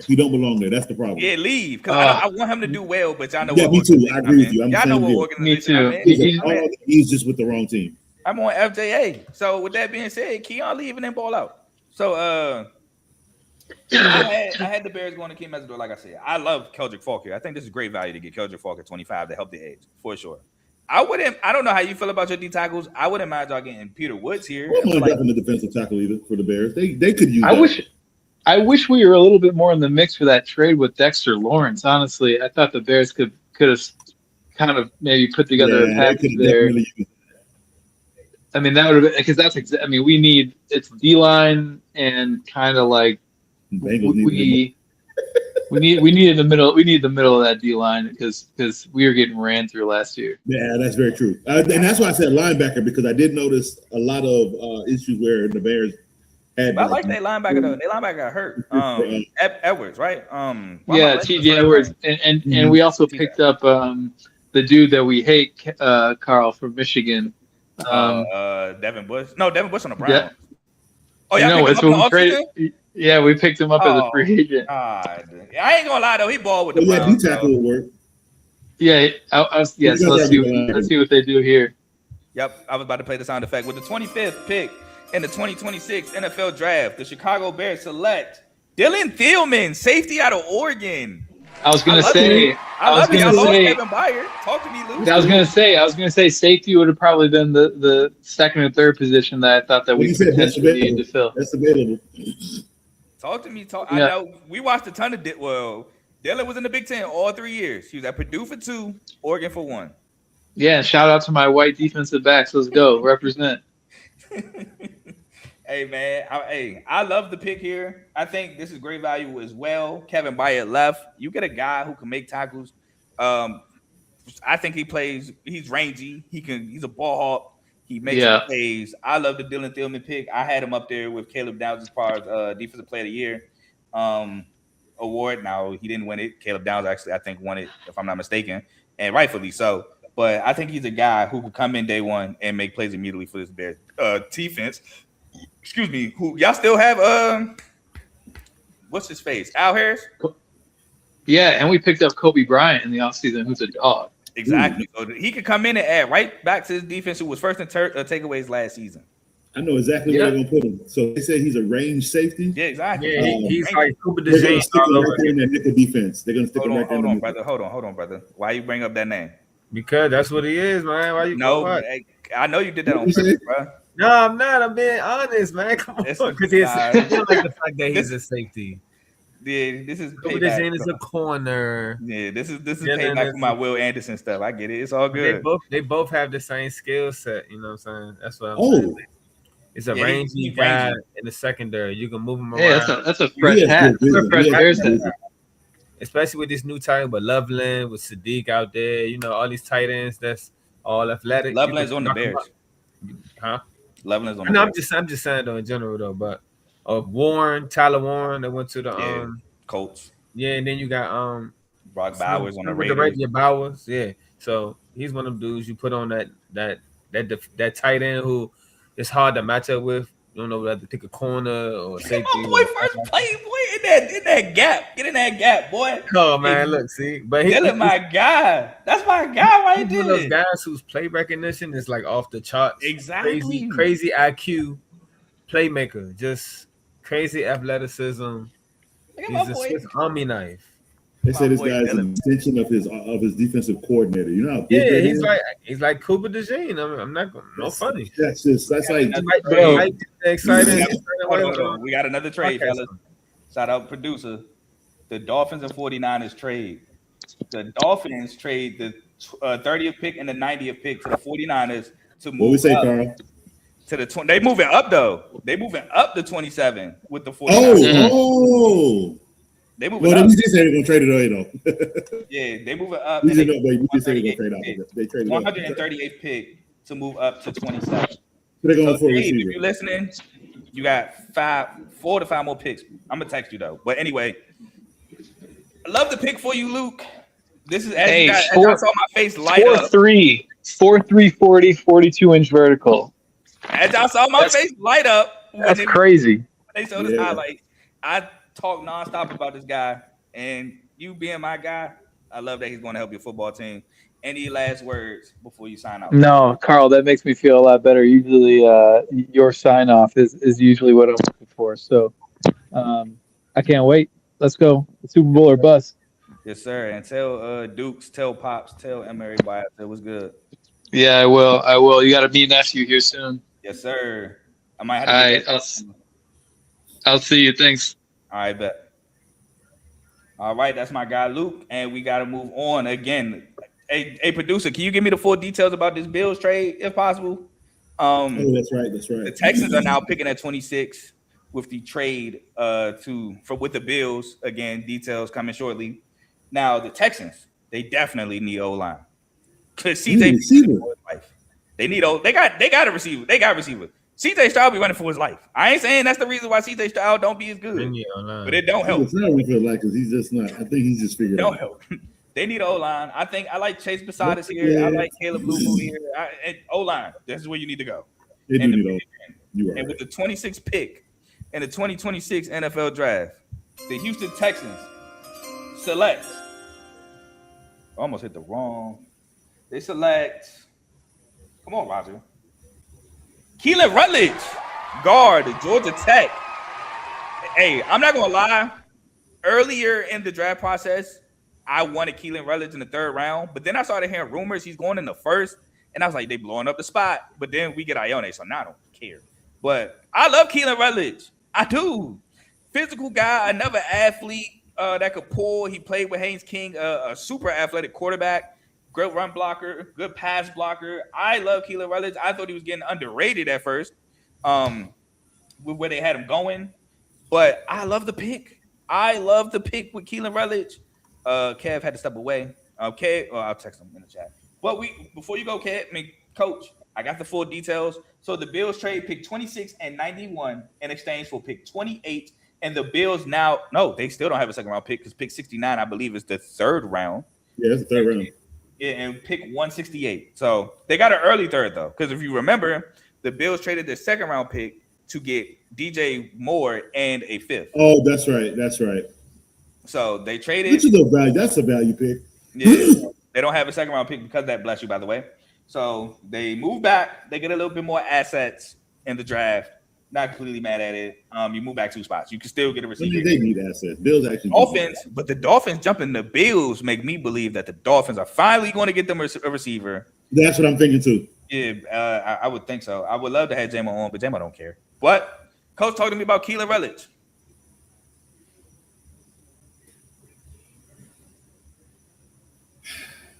The Texans need protection. But God, I feel like with this pick here, I still could have got this tackle, this guard in the 2nd round, and I quite possibly could have used this pick and got a running back because they still need a running back. I don't think so. I don't think anyone. Woody Marks. They got Chubb is old and his knees don't really work that well. Who was behind Chubb last year? I think no. That's right. They got that young cat. You're right. I had to rethink. He came later and he popped off late in the season. Rookie he was a rookie last year from USC. I love him. Yeah. He's a sophomore this year. So you're right. So again, they do need protection on the line. I don't mind them going guard here. Here's what I worry about. Does it do anything for their team here? No. I think there's more issues with CJ Stroud playing football than them drafting a guard here, to be quite honest with you. Hopefully when all the assets that the Texans have and need come together, like remember they did lose Tank Dell to a gruesome injury, so hopefully he's back and ready to go. Nico Collins is their solid one. Yeah, Christian Kirk. We do got a good running game. So their defense is top 10. Receiver. They got Christian Kirk, Nico Collins, Tank Dell. They do have Christian Kirk. They do. Was he hurt last year? I think he was there last year, but he barely played. I don't think. Maybe he might have missed a couple games. But I think he was in and out last year. I don't think he played the whole season last year. But they still made it to the playoffs. And they drafted 2 receivers last year. They got both of them from Iowa State. Funny enough, they got. And they should be coming up. They should. Yeah. So training camp should be good for them this year. Jalen Noel. So I like it. I like the pick. They need protection for their quarterback right now, especially with them. Because I think this is his contract year, and I don't think he got paid. He got 1 more year. They picked up his 5th-year option. Yep, they picked up his 5th already. So he has 2 years to prove it before they pay him. Exactly. So right now, get him protection, and let's go out here and see what we can do. Yeah, I like the pick. Like I said, they need O-line. That's literally all they really need. They need O-line. And I'm not full excuse for CJ Stroud because CJ Stroud sometimes don't help himself even when there's a clean pocket. But you would love to see CJ Stroud protected. So, yes, at least that. He has no excuse. And now let's evaluate and see if CJ Stroud. Exactly, absolutely. What the coach is doing with this pick is protecting his and the future of what they want to do with the team if this doesn't go past CJ Stroud. I'm not saying it's all CJ Stroud. I'm not saying it's all O-line. I think it's a collective. But exactly. let's take the variable away that we want to take away, which is let's build this O-line. And now let's see if CJ Stroud can recreate some of that rookie magic he had. Exactly. So I like the pick. I really do. Kev will be back shortly. Again, we have one last guess, but he doesn't come on to 30, which if you watch the show, you see him pick at 30, you probably can guess who it is. But I'm going to keep it anonymous. We have the Dolphins on the clock. Shout out my boy J-Mo. They went offensive tackle, as we already know, with Kaden Parker at 12. At 27, you have a guy like Omar Cooper on the board. You have who else do you have at receiver on the board who was projected? I think that's really as in project. Oh, Denzel Boston is still on the board at 27 out of Washington. So we have those players available for them. Let's see. I think the pick is in. I think somebody's going to go down. As the Raptors absolutely annihilated the Cavs, like I thought they would win. I didn't think they would beat them that bad, but I thought they would win Game 3 due to travel and all that. So shout out to the Raptors for taking the game. But we move on with the 27th pick and the 2026 NFL Draft. The Miami Dolphins select Chris Johnson on.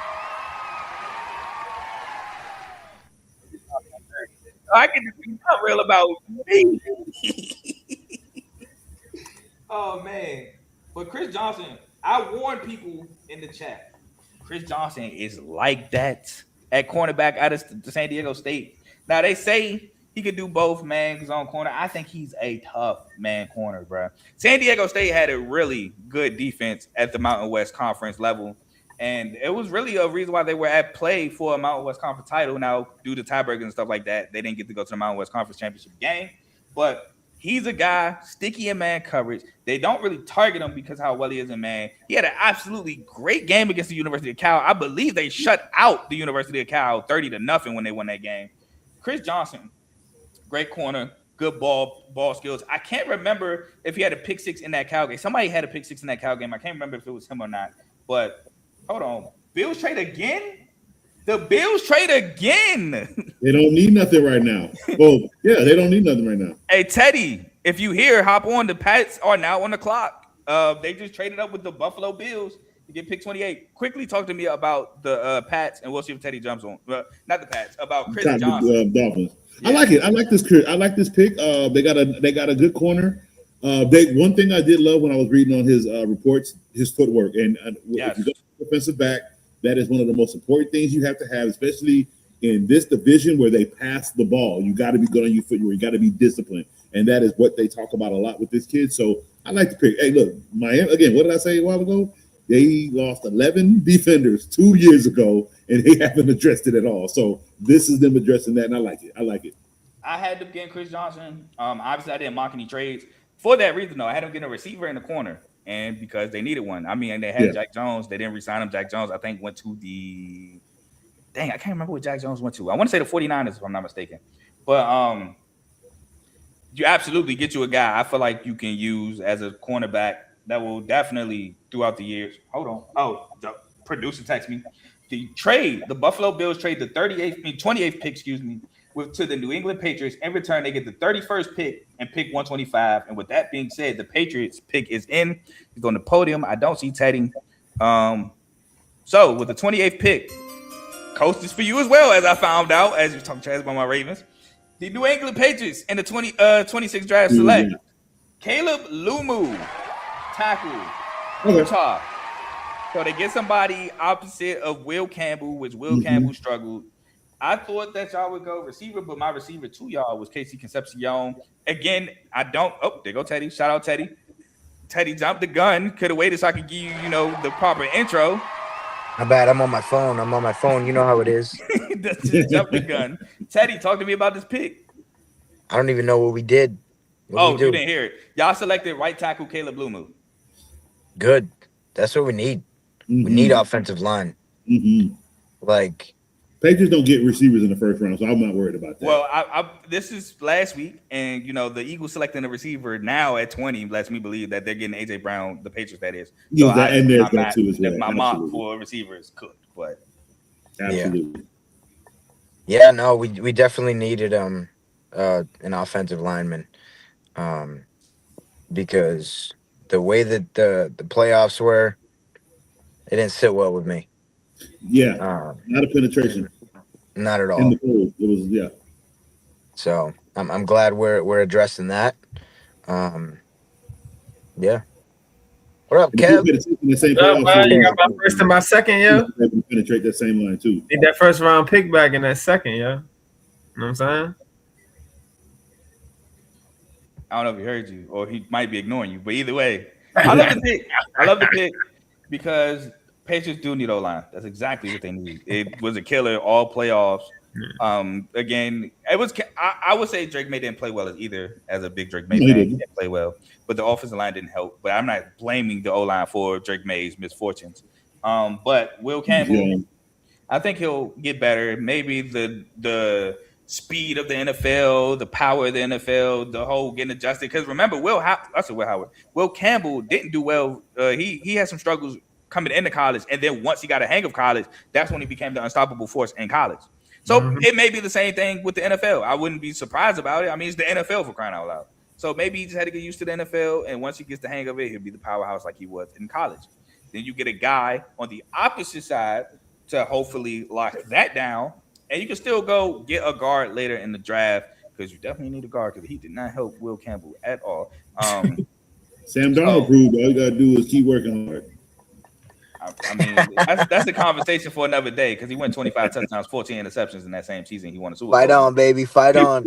People don't talk about Fight that. on. Anyway. Lomo's a good put though. The fact that he was still there is crazy. Great value. I ain't gonna lie. Great value. Definitely great value. I love the pick. Like I said. Did the Chiefs move? Oh no, that's right. The Chiefs traded earlier, and that's why they have this pick. But I like it.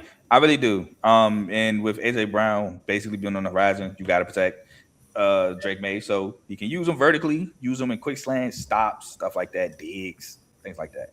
Anybody else got anything to say about Caleb Blue move? He's also an athlete. This is a typical Patriot move, but in the right positive environment. Like this is what they need.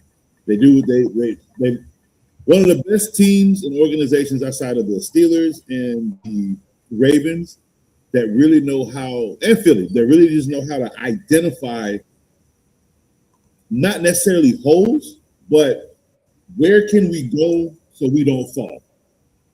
I got you. Where do we always stay? They got tested. Keep our balance at the top. They got tested, but they back. But Teddy, any last words before you get up out of here? See this?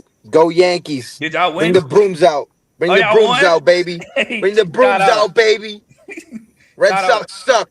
Don't forget it. And if those that don't know, my boy was at the game, so he got to see them win the series. Nice. Shout out to Teddy for that. Shout out for doing my dirty work that my Tigers couldn't do because we had a full game series and blew it. Thank you, Tyler Holton. But we tied. We didn't lose that series. We tied 2-2. But Jovan was talking trash, so I appreciate you helping me take out the trash with the Red Sox. Haven't heard him all week, dude. Haven't heard him all week. But appreciate you for coming on, my boy. Great pick. Yes, sir. Enjoy the rest of your night, my boy. Yes, sir. I'll be here. All right. Hey. Go ahead. Oh, no. Fun fact. So I guess Ian Rappaport reported that when the Steelers, I think who picked before us? Before y'all was the Panthers. Yeah, so the Panthers had made their pick, and then we had called Dallas. Dallas was on the clock. Called Dallas and traded with him. The Steelers was on the phone trying to get in touch with Mekhi Lemon at the time, trying to draft. That's why I said, hey, that's why I said I am good with. Oh, Teddy doesn't. I don't think Teddy knows. What? Mekhi Lemon's an Eagle. What did he say? Oh, I don't think he knows he was at the game. Because Teddy's a USC fan. Yeah. Oh, yeah. Facts. But no, so I was trying to get in contact with him, not knowing we had traded up ahead of them to draft Mekhi Lemon. You gotta love it. That's what I love. For Pittsburgh. The Eagles are good. Gotta be quicker than that. The Eagles are good with me as I had to go away. Hold on. Producer. Oh, my goodness. Oh, the 49ers don't have a first-round pick. They traded out? They traded out. That's what Dave just texted me. Oh. Producer had to step away. So Dave just texted me. They don't have a first-round pick. The Chiefs selection is in, and with the 2026 29 pick. They had two picks? Yeah, Chiefs had remember Trent McDuffie trade? Yeah, Right. The Chiefs select, as I'm trying to get it together. Bro, what is going on? All right, here we go. They select Peter Woods, D tackle, Clemson. Nice. I think this is a great pick. Yeah. I think this is a great pick. People had him going earlier. They got a defense earlier, right? Yeah, they went and got Spencer Delaney. Like I said, they're gonna win this. They're gonna stay in this all defense. Their defense gonna be beat. That defense gonna be good this year. Me and AJ had them both getting 2 corners because they lost 2 corners, and I knew that was kind of wild. But I thought they might go and get a receiver here. I thought they might go get Omar Cooper, or they might go and get maybe an O-lineman. Okay, we got the 49ers trade with the Jets. The Jets get a 3rd first-round pick. They trade back and maybe they get Omar Cooper. Okay, I see you, New York. I see you, Jets. I don't know if that's New York. I don't know if that's a pick. I know. I got you. 6 first-round picks. Don't look. But I'm not. Last time the Jets had 3 first-round picks, they hit on all 3. What was it? Quentin Williams. It was Jermaine Johnson. No, it was Garrett Wilson, Sauce, and Jermaine Johnson. I think that was the last time they had 3 picks. It was something like that. Some variance of the 4. The Jets. Hey, they worked their way back in. Jets cooking. I ain't gonna lie. Yeah, they are. They got to. They made a job on the line. Yeah, they got Sadiq. They need a quarterback. That's the only thing they need. Well, they ain't getting it here. You're not gonna get that. They can get this like the 2nd, 3rd round. Yeah, maybe. I think they're gonna lean on Geno as a bridge quarterback. But I think so too. Until next year. The Chiefs get Peter Woods, and I love it. I think Peter Woods is a guy, but I think Peter Woods is a guy who could pass. I think Peter Woods is a better passer than Kenny McDonald. Am I wrong in that? Yeah. Kenny McDonald's more of an anchor in the inside. Like, yeah. And then Chris Jones is getting old. Yeah, he is. Yes, he is. He can learn from Chris Jones, take over. Guy that could a lot of that this year. Good athlete. Yeah, I think Peter Woods is a good athlete. Those Clemson D tackles still haven't been panning out, man. I don't know. But you gotta look though. They've been taken way earlier. Like Clelin. Yeah, they had them. So the fact that he's at 29. Yeah, so I'm not mad at the value at all. Yeah. And then what was it? Daquan Bowers? He ain't pan out either. I think Daquan Bowers got picked high. It's somebody from Clemson that panned out though. I can't think of his name. He was a D tackle. I can't think of his name. It'll come to me. Slim that went to the Raiders? Nah. Did he go to the Raiders? Quentin? No. Nah. Bro, I can't think of his name, bro. Okay. It'll come to me. But I might just Google it because I hate when that happens. But I like the pick. I think the Jets pick is in. It is. Mm-hmm.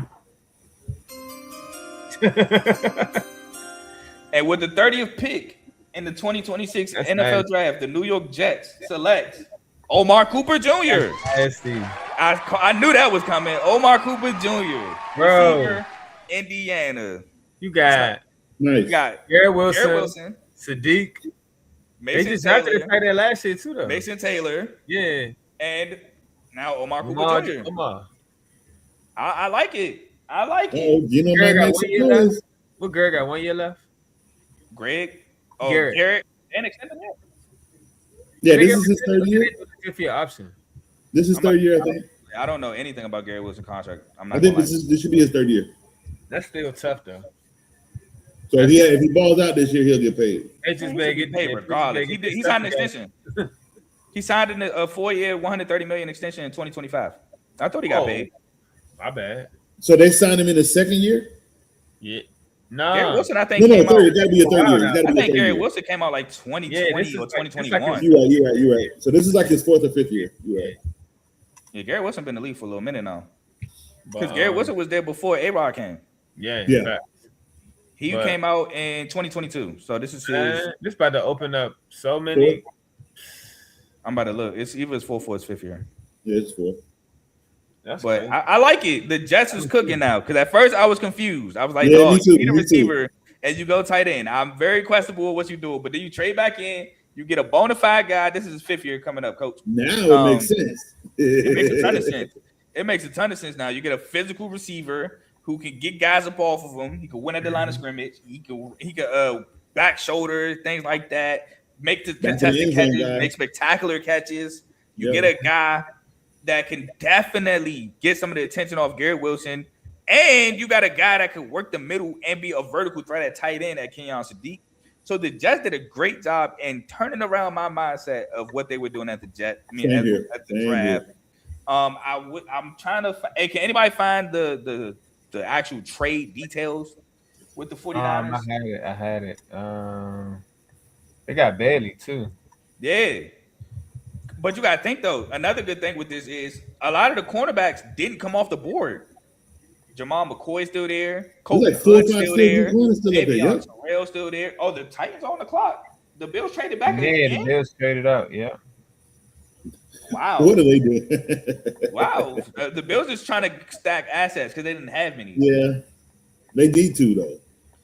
They don't have no money to spend nowhere, so they got to do it this way. Who's still on the board, though? Is this Chase Posadas? Because I don't know who's still on the board. Yeah, maybe. First round wise. They got a receiver. The safety position. The safety position is pretty weak. Yes. Maybe they can go Emmanuel McNeil Warren, like Coach said, at safety. I don't see it, but maybe. I ain't mad at it. They could at this late in the draft. Yeah, I ain't mad at it. Yeah. Jadrian Price. Jadrian Price. Oh, my bad. Oh, go ahead. No, my fault. You trade. Go ahead. Do your thing. Just gave up 33, 90, and 179, I believe. 33, 90, and 179 to the 49ers. Okay. So they got the first pick. Second round. They got the first pick of the second round, the 49ers. Yeah. So whoever they wanted, they feel like he's going to be there tomorrow. Yep. Oh, no. I'm sorry. That's what the 49ers got. Tennessee picking. Yeah, I got you. They played it twice. Yeah, they got Tennessee picking. So the Jets only gave up 33 and 179. My bad. Okay. Yeah. That's not bad. To move back in the first round? Move back into the first round? So you got if you look at the picks, bro, this first round been real cheap as far as like it is. I agree with you, Kevin. Hey, Kev, hold on, time out. I gotta give Kev his flowers because Kev called this from the jump. He said to move back in the first round from jump is gonna be cheap because people don't value these picks in the first round as high as previous drafts. So I have to give Kev I talked about it on my show. I said, watch these last 10 picks. Watch how the teams move around, wheeling and dealing, just because if you stay where you are with that pick, there's really no value for you depending on where you are. But watch the teams that don't have a pick to come back in on those last 10. Watch how those moves actually have a better impact. Hey, if you're listening, Cowboys, if you want a second round pick, give up George Pickens. All right, but anyway, we got the Titans. We got the Titans on the clock. Oh, the pick is in actually. They got 2 picks in the first round. So wow.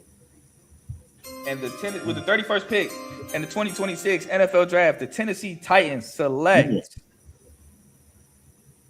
I thought I was a little late. I thought he was going to beat me to get everything set. I think this might be Jadrian Price though. No, they didn't get Jeremiah Love. Falk. Keldrick Falk is still out there. That's Keldrick Falk. Defensive end, Auburn. Power rusher out of Auburn. That boy is power. So they get an edge to help the defense with. I think Robert Salah is going to love this pick. Yeah, being the defensive guy that he is. They got a receiver to help their young guy, Carnell Tate. I think the Titans did a great job in this first round helping their football team out. You get a guy who was mid-first. Okay, producer, appreciate you.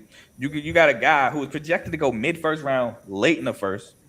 I don't know what the you got the details on the Titans Bills trade, Kev?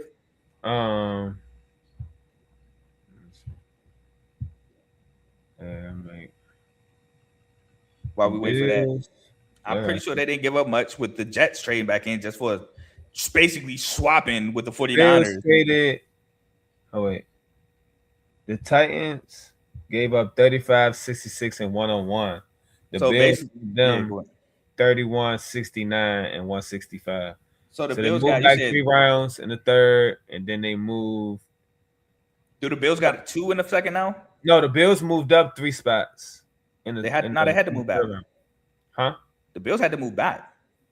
That's what I'm saying. But I'm saying, like, I'm talking about as far as like the move back was the 31 and 35 swap. Yeah. But the Bills didn't have a second round pick at all. Yeah, but they didn't get one in this one because 69, 66 is still I think that's the third pick in the second round. Or the second pick in the third round. That's in the third round. Yeah. So they move up 3 spots in the third round, and they move up 64 spots in like the. So they still don't have a pick in the second round? No, they do. They didn't get another one. Yeah, they didn't get another one. It was all third round and fourth round compensation just swapped. They just basically moved up. They must see something in the third round then. Because they traded 3 picks for 3 picks. I'm about to say they did. They didn't move back 3 times now. But I was wondering, I'm like, how did the Patriots end up? I kind of got confused for a second. I like this pick though. Celtic Falk, man. No. I like the pick for sure. He's definitely a first round pick. Yeah, power rusher, get to the quarterback.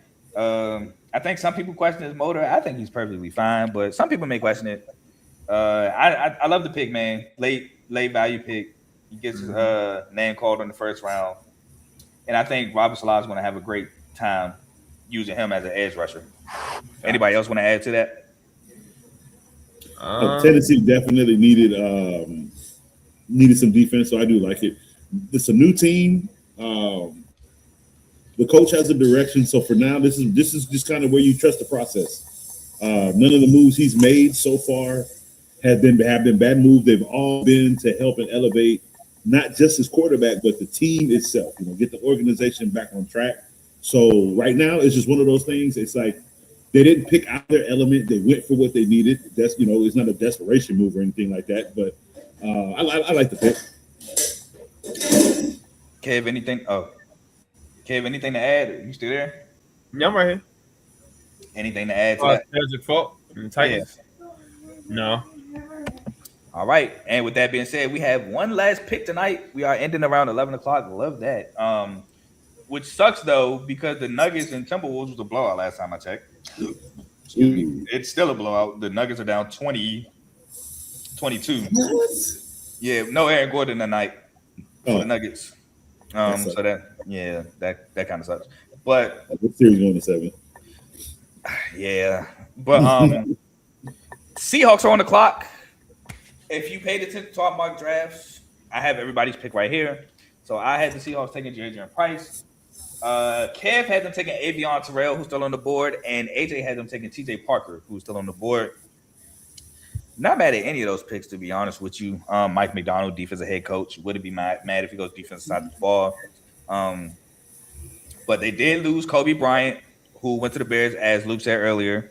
They also lost the Eagles. Calm down, Kev. I got you, brother. I got you.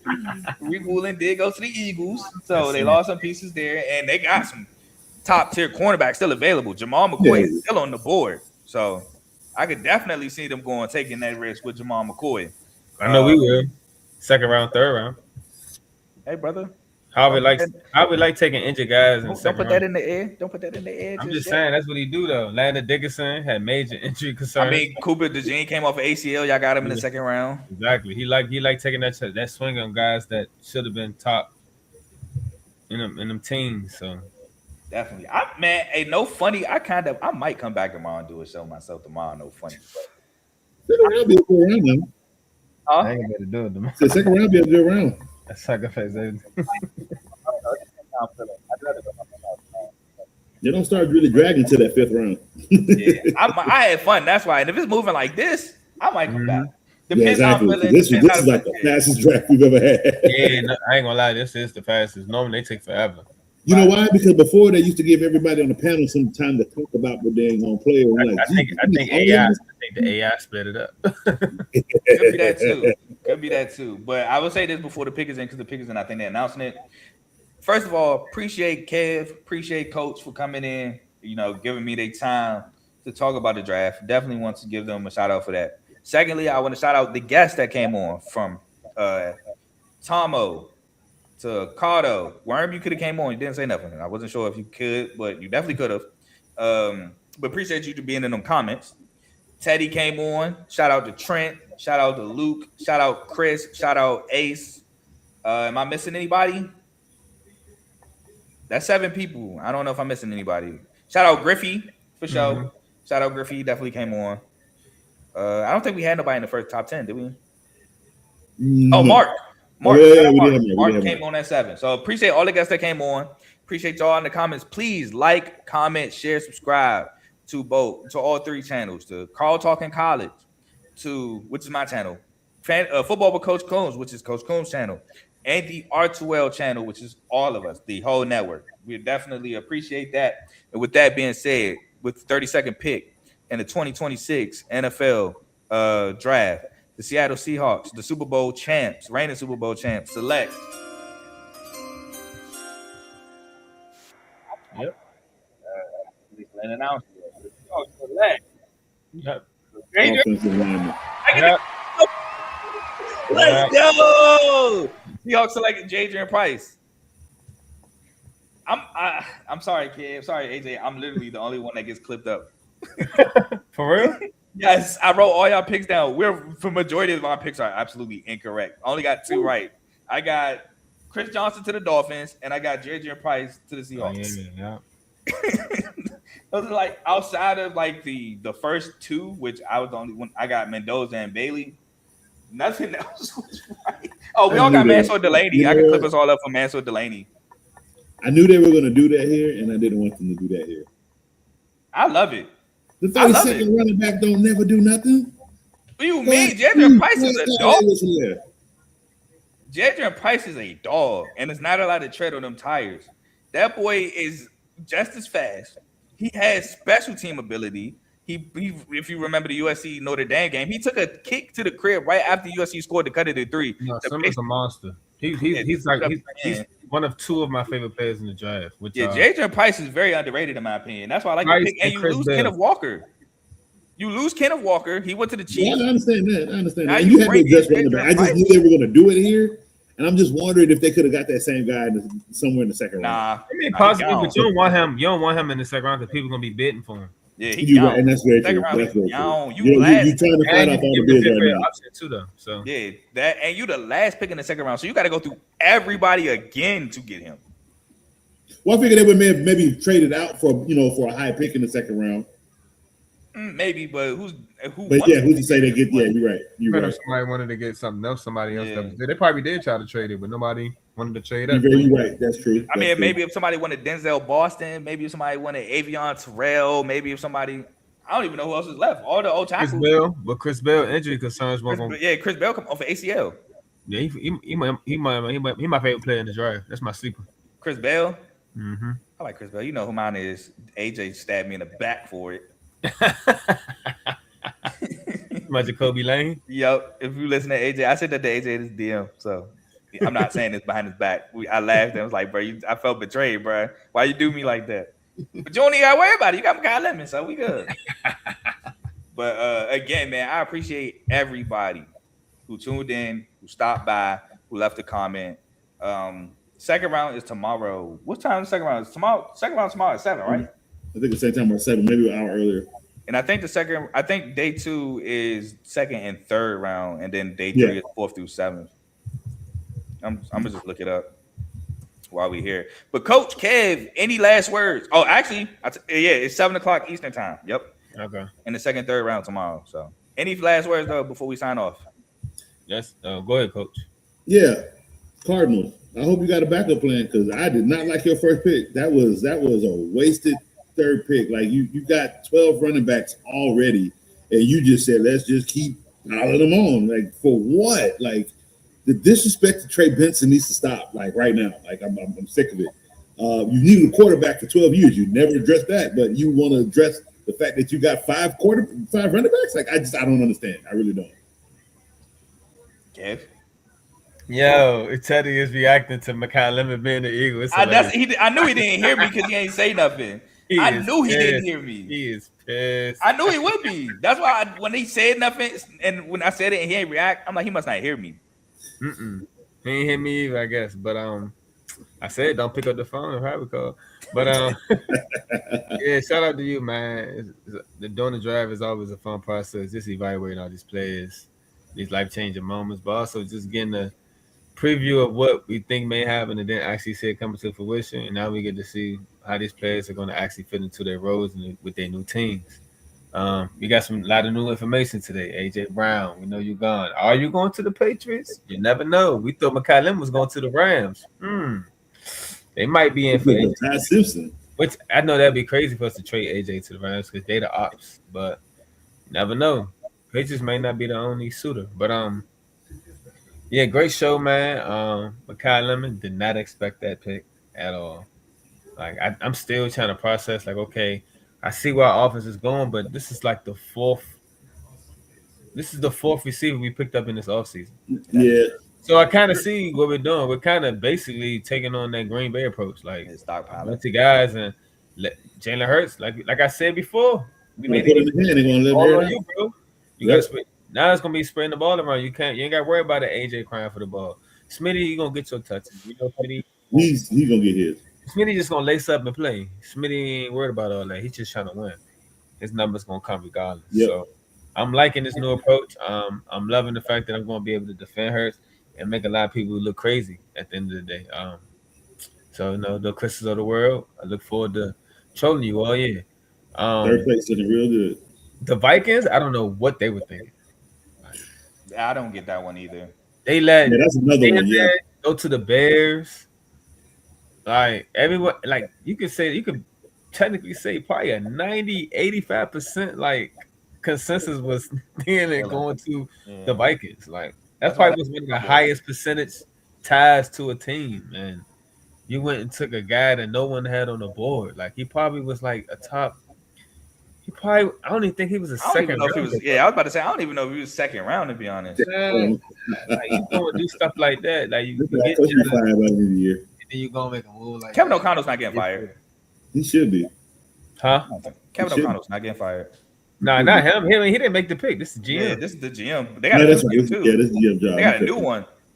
Yeah, that's just not satisfied with the coaching either. That is terrible. So there's a lot of trades today, like you said, like 10 trades or something like that. Yeah. So we started off with 6 teams and 2 first-round picks, and it actually doubled. Not double, but like it went up. Maybe 3 more teams ended up with 2 picks. Yeah, it was crazy to see these offensive linemen slide down the board like that. How many? 5, 6 offensive linemen went? Man, nah, I think more than that.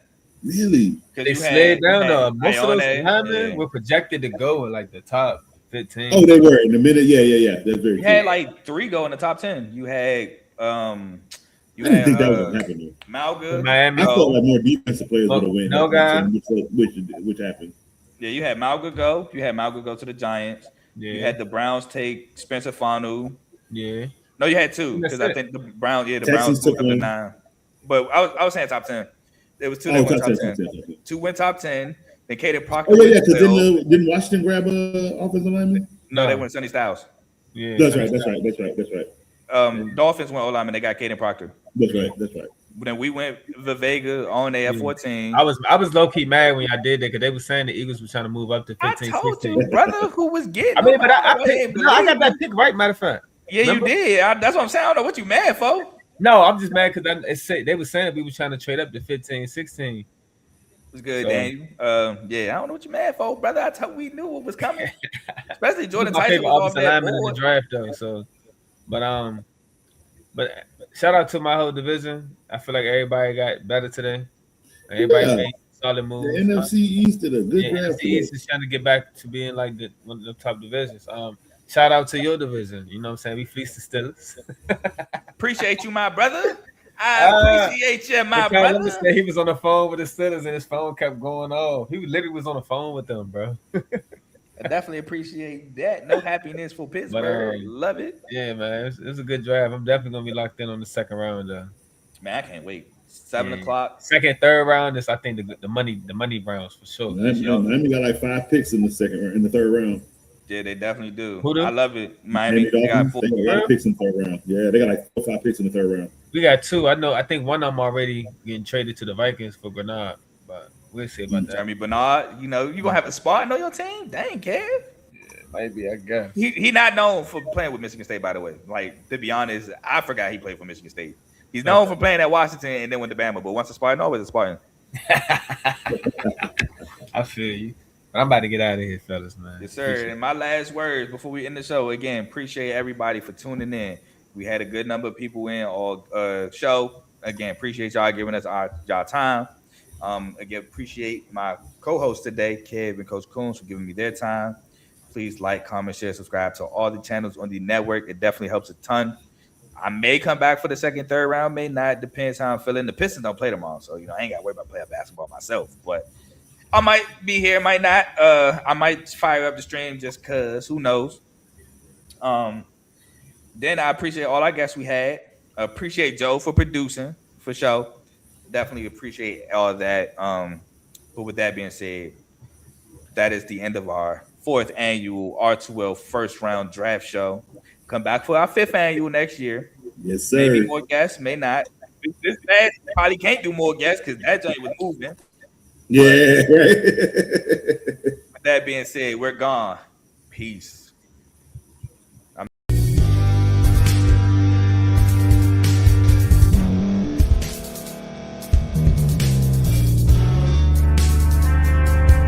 Thank you for staying to the end. If you're watching this on YouTube, please like this video, subscribe, and also hit that notification button so you can be notified next time we put out a video. If you're listening on any podcast platform, subscribe and hit that notification button, y'all, so you can be notified we put out another podcast audio. And last but not least, hit that share button. No matter what you're listening to or watching it, hit that share button and send it to somebody that you know that would love to watch this episode you just listened to. So once again, thank you for staying to the end, and we'll see y'all in the next episode.